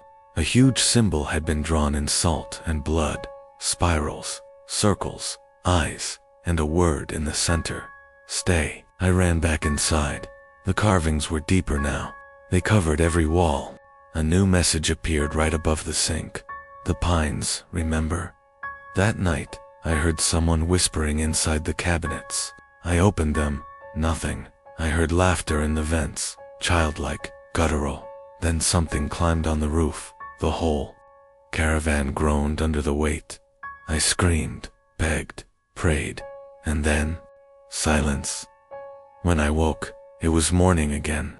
Everything was normal. Sunlight, birds chirping. The van started like nothing had happened. I drove 4 hours without stopping, but when I got home, I found pine needles in my bed, carvings on the shower wall, footprints leading from the sink to my bedroom door. And sometimes, just as I'm falling asleep, I hear the whisper again: "You never left." My name is Vaughn Mercer, and I used to think picking up hitchhikers was an act of kindness. Now, I lock every door of in when I'm awake. It was late, Arizona highway, desert on both sides. The sky bled orange as the sun died over the horizon. I was low on gas and lower on podcasts, so the silence was starting to itch. That's when I saw him thumb out, back to me. Standing in the dust, something about him felt, still, too still. Like a mannequin placed in the world, but I slowed down anyway. I always did. I told myself it was good karma. He climbed in without a word. Thin, pale, eyes too wide. His hair was stringy and damp, like he'd just stepped out of a swamp, not a desert. You heading west? I asked. He smiled, not politely, not nervously, just endlessly, and then said, "Wherever you go." That should have been my first read, flagged, but I shrugged it off. People say weird things on the road. I drove. He didn't blink once in 30 miles. The air grew cold, despite the heater being off. I noticed my mirrors had fogged. His breath didn't show in the air. Mine did. At a gas station, I pulled over and told him, "Back in 5. He just nodded, still smiling. Inside, the clerk asked, "That's your buddy in the van?" "Yeah," I said. He frowned. "Strange, Thought he came in earlier asking about salt." I told him we didn't have any. "Salt?" He nodded, said he needed it to keep something inside. I ran back out. The van was empty. I checked under the seats, the bed, the storage. Nothing. Relief flooded me, until I saw the rearview mirror. He was standing behind the van, smiling. I locked the doors, and drove fast. The next morning, I woke up on the side of a different road. The gas tank full, the dashboard clock flashing 3:33. I don't remember stopping. On the rear window, written in dust, was, "Thanks for the ride." But the real terror started after. Every time I stopped to sleep, something moved in the cabinets. I'd hear breathing from the sink drain. Sometimes I'd find salt circles drawn in ash around my bed. I never drew them. I started filming everything. Dashcam, phone, anything. Every recording showed a man in the passenger seat, always smiling. Even if I was driving alone, when I played one clip back in a diner, a woman screamed. The video showed me sleeping in my caravan, and him crawling out from under the bed, nose almost touching mine, whispering something I couldn't hear. I tried blessing the van, burning sage, visiting churches. Nothing worked. He never speaks again. He just appears in windows, in dreams, in reflections. He never asks to be let in now, because he already is. My name is Iris Delaney, and I made a terrible mistake by taking that shortcut through evergreen forest. I was on my way to Oregon in my caravan, trying to escape a life that had grown stale, bad breakup, and a city that never felt like home. The open road felt like freedom. My plan was simple: drive, breathe, disappear for a while. I saw the sign after a long stretch of silence. Evergreen Loop, scenic route ahead. It looked unofficial, weathered, but I'd grown tired of highways and honking semis. I turned off without thinking. At first it was perfect. Tall pines, golden light slicing through the branches, the soft crunch of gravel under my tires. I rolled the windows down and let the forest breathe into me. It was magic. But then, I passed the same rock twice. A huge, moss-covered boulder, shaped like a sleeping bear. I was sure of it. I checked my GPS. No signal. I kept driving. 30 minutes later, I saw the same wooden sign again. Evergreen Loop. Scenic route ahead. I hadn't turned around. The road curved endlessly, always slightly to the right. My caravan creaked like it didn't want to go further, like it knew something I didn't. I stopped, got out, sat on the hood, and stared at the trees. That's when I saw the woman. She stood between the pines, maybe 20 feet in. Pale dress, long black hair. Motionless. I waved. No reaction. I shouted, "Are you lost?" She lifted her arm and pointed not at the road, but behind me. I turned. She was gone. I floored it, desperate to get out. The light dimmed unnaturally fast, like the sun was sucked away. Trees grew tighter, branches clawing at the windows. The road narrowed, but never ended. Night fell. I parked, exhausted, heart pounding. I locked every door. I slept with a knife. At 2:17 a.m., I woke to the sound of knocking on the caravan door. 3 knocks. Pause. 3 knocks. Again. I didn't move. The knocks turned to scratching, like long nails, carving into metal. I peeked through the curtain. Nothing, until I looked down, on the ground.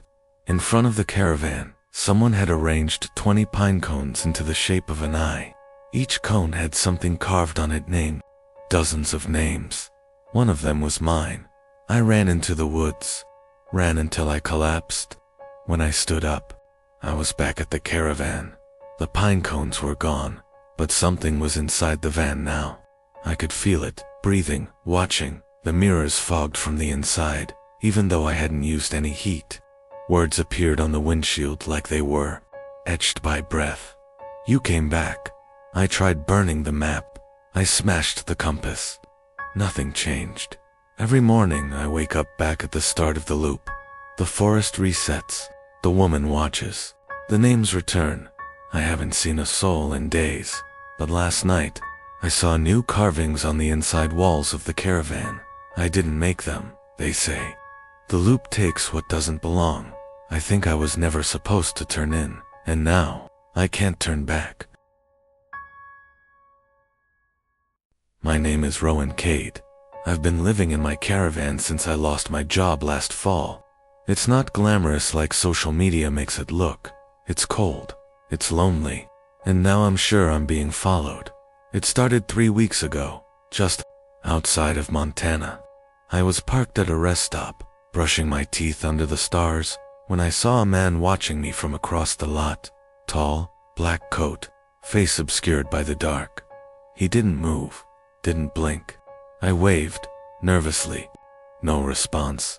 I went inside, locked the door, and peeked through the blinds. Gone. The next morning, I found muddy footprints around the caravan, just one set leading nowhere. I brushed it off. Maybe a hiker, maybe a ranger. Maybe I was just going stir-crazy. A few days later, I was driving through Wyoming. Long, empty roads. I checked my rearview mirror and saw him again. Standing in the middle of the highway. No car, no movement, just there. I tapped the brakes, heart pounding. But when I looked again, empty road. That night, I stopped at an old gas station, told myself I needed supplies. Truth is, I needed to see people. The cashier was a young guy, maybe 20, with an anxious twitch. As he rang me up, he glanced out the window and went pale. "Hey man," he muttered, "your friend. He doesn't blink much, does he?" I turned, but no one was there. When I asked what he meant, he just shook his head. "Don't look in the mirror tonight," he whispered. "They feed on reflections." I didn't sleep. Around midnight, I heard tapping on the caravan's back window. Tap, tap, tap, like a knuckle. I held my breath. More tapping. I forced myself to peek through the curtain. Nothing, but on the outside of the glass, in the fog of condensation, a word was written. Look. I left before sunrise. Drove for hours, then days. Kept the curtains shut. Covered the rearview mirror with a towel. I didn't want to see him again, but he's still there. I feel him. Last night, I finally snapped. Ripped off the towel and stared straight into the rearview. Nothing. I laughed. God, I laughed so hard, I cried. Until I noticed the reflection. It wasn't showing me. It was showing the caravan's interior empty, like I wasn't sitting there then. Slowly, the man stepped into view, grinning, standing right behind my seat. I spun around. Empty. I looked again. He was closer in the mirror, whispering something I couldn't hear. His eyes were all black, like oil. His teeth were wrung too many, too sharp now. Even when I smashed the mirror, I see him in the microwave door, in the side windows, in the puddles by the road. He's always watching, always getting closer. Sometimes he mimics my voice. Sometimes I hear him crying in the cabinets. I don't know what he wants, but he's inside the caravan now. I hear his footsteps when I try to sleep. I feel his breath when I close my eyes. He doesn't want the caravan, he wants the driver. My name is Trenton Vale, and if anyone finds this recording, don't stop near mile marker 197 on Route 6. It was supposed to be a healing trip, just me and Callie, my girlfriend of 5 years, driving cross-country in a vintage caravan we found on Craigslist. It looked like crap peeling paint, a dented roof, but it felt like an adventure. She called it a fixer-upper with soul. We left Ohio with high spirits and a playlist full of indie road trip songs, nights under the stars, cheap gas station snacks, and the promise of nowhere in particular. Things started going wrong after we passed mile marker 197 in Pennsylvania. The sky was a dull, unnatural gray, not cloudy gray, like an old photo. Callie noticed it first. Did it just get quieter? She asked. And she was right. No birds, no wind, just the hum of tires on cracked asphalt. I glanced at the gas gauge, full, then back at the road, and marker 197 was there again. I laughed. We just passed that.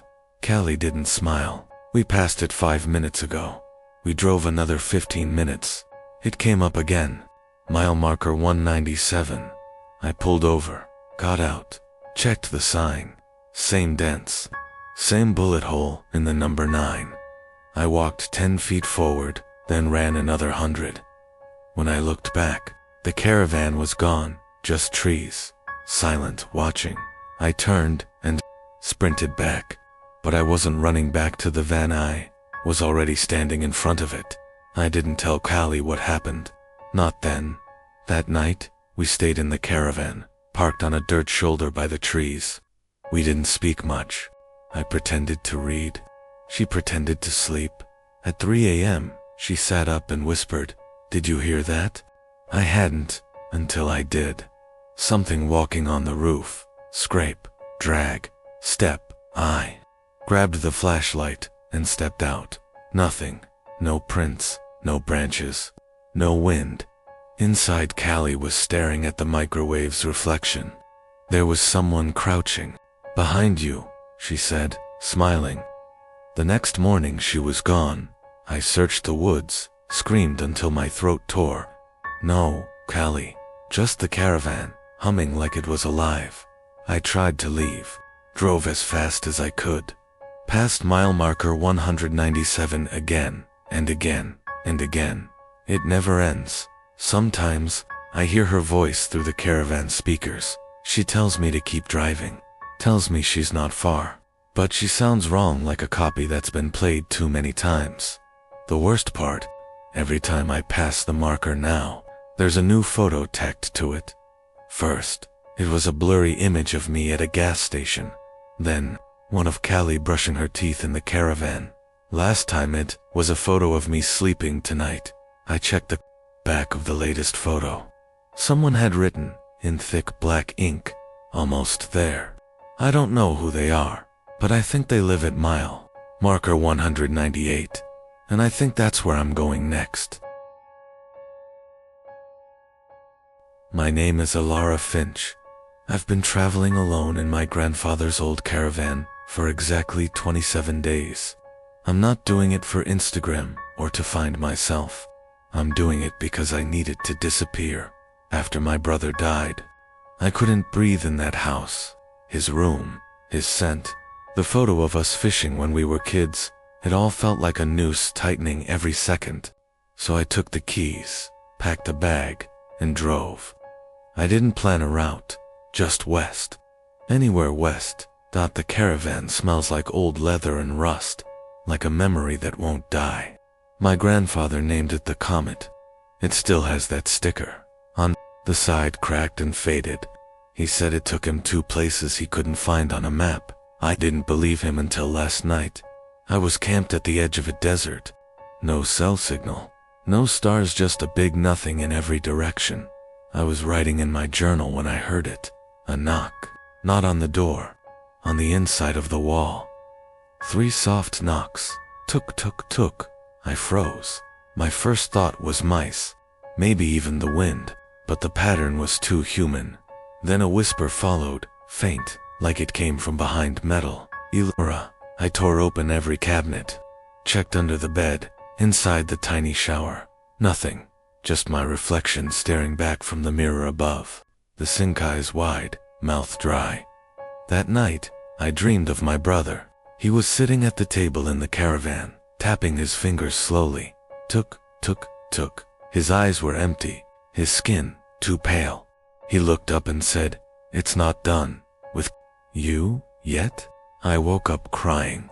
The clock said 3:33 a.m., and the mirror was fogged, like someone had breathed on it. I wrote it off. Stress, grief, trauma, all those therapist words. But then came the voices, the next day, while I was driving through an abandoned mining road. The radio crackled on by itself. The station played nothing but static and soft sobbing. I turned it off. It turned back on. "Ilara," the voice croaked through the speakers. "You left me." I slammed the brakes. The caravan lurched.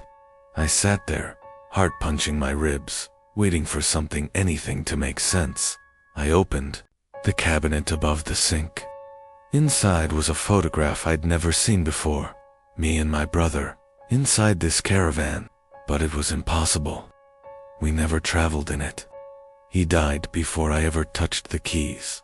And behind the photo, scratched into the wood, were the words, "We are still driving now." Now I don't sleep. Each night the whispers grow clearer. They don't just say my name anymore. They tell me things only my brother knew. Childhood secrets. Songs we made up. Fears we never said out loud. I tried burning the photo. It returned the next day, tucked under my pillow. Yesterday, I covered all the mirrors in the caravan. That didn't stop. The reflection. At 2 a.m., I saw him again, my brother, staring from the kitchen window. From inside, even though I was alone, I screamed until I tasted blood. I don't know if I'm still alive, or just driving through a memory that refuses to end. Maybe the caravan really is the comet. Maybe it doesn't go where you want, but where you deserve. So if you ever find yourself in a desert, and you see a dented silver caravan with peeling letters, don't get in, because once you do, it remembers you, and it never lets go. My name is Devin Rowe, and I live in my van. Sounds romantic, right? Just a guy chasing freedom, parking under starlit skies, sipping cheap coffee on the edge of the world. That's what I told myself. That's what I posted. But the truth started rotting a month ago in a forest pull-off somewhere in Montana. It was a Tuesday. I remember because my podcast app wouldn't load, and Tuesdays are for true crime. I'd driven all day, winding through pine-choked roads, until I found this old fire road and took it 5 miles into the trees. No signals, no people, just the hum of the forest and my tired breath. That night, I couldn't sleep. It wasn't the cold or the quiet, it was the thud. It came from underneath. At first I thought it was a pine cone, maybe an animal, but it was too precise. Thud, pause, thud, like someone was tapping from beneath the floorboards. I opened the back, crawled under the van with my flashlight, expecting a possum maybe. Nothing next night. Same sound, but this time, faster. I drove away at dawn, put 50 miles behind me, found another quiet patch near a lake. I slept fine that evening. No noise. I woke up and thought I'd imagined it, until I checked under the van again and found something. Wedged near the exhaust pipe. A tooth. Not animal. Human. Still bloody. My brain screamed at me to drive to a station, a ranger post, anywhere. But there was a gnawing black curiosity in me. I mean, I document weird stuff online, paranormal oddities. Haunted highways and cursed campgrounds. That was my thing. This could be my big break. So I stayed another night. I set up a camera beneath the van, infrared on, made myself some noodles, waited. The thuds returned, faster, heavier than, a voice muffled, guttural, like it came through a mouth full of dirt. Devan. I bolted upright.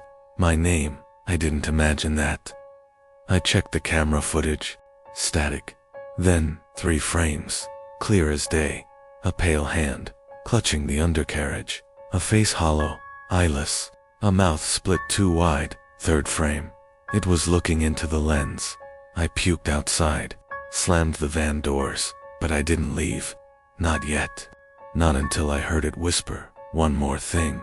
Let me finish the story." That's when I remembered the man from the gas station 2 weeks earlier. He'd been living out of his RV, claimed he was researching a forest god. He said, "It lives below. It doesn't like being ignored." I thought he was nuts. But now, I wondered, did he try to run? Did it follow him? Am I next? I've been driving for 6 days now. I don't stop at night. I only eat while moving. But last night, while coasting downhill through Idaho, the van jerked like it hit something. I checked nothing. Then I heard it again, thud, but this time, it came from inside the van.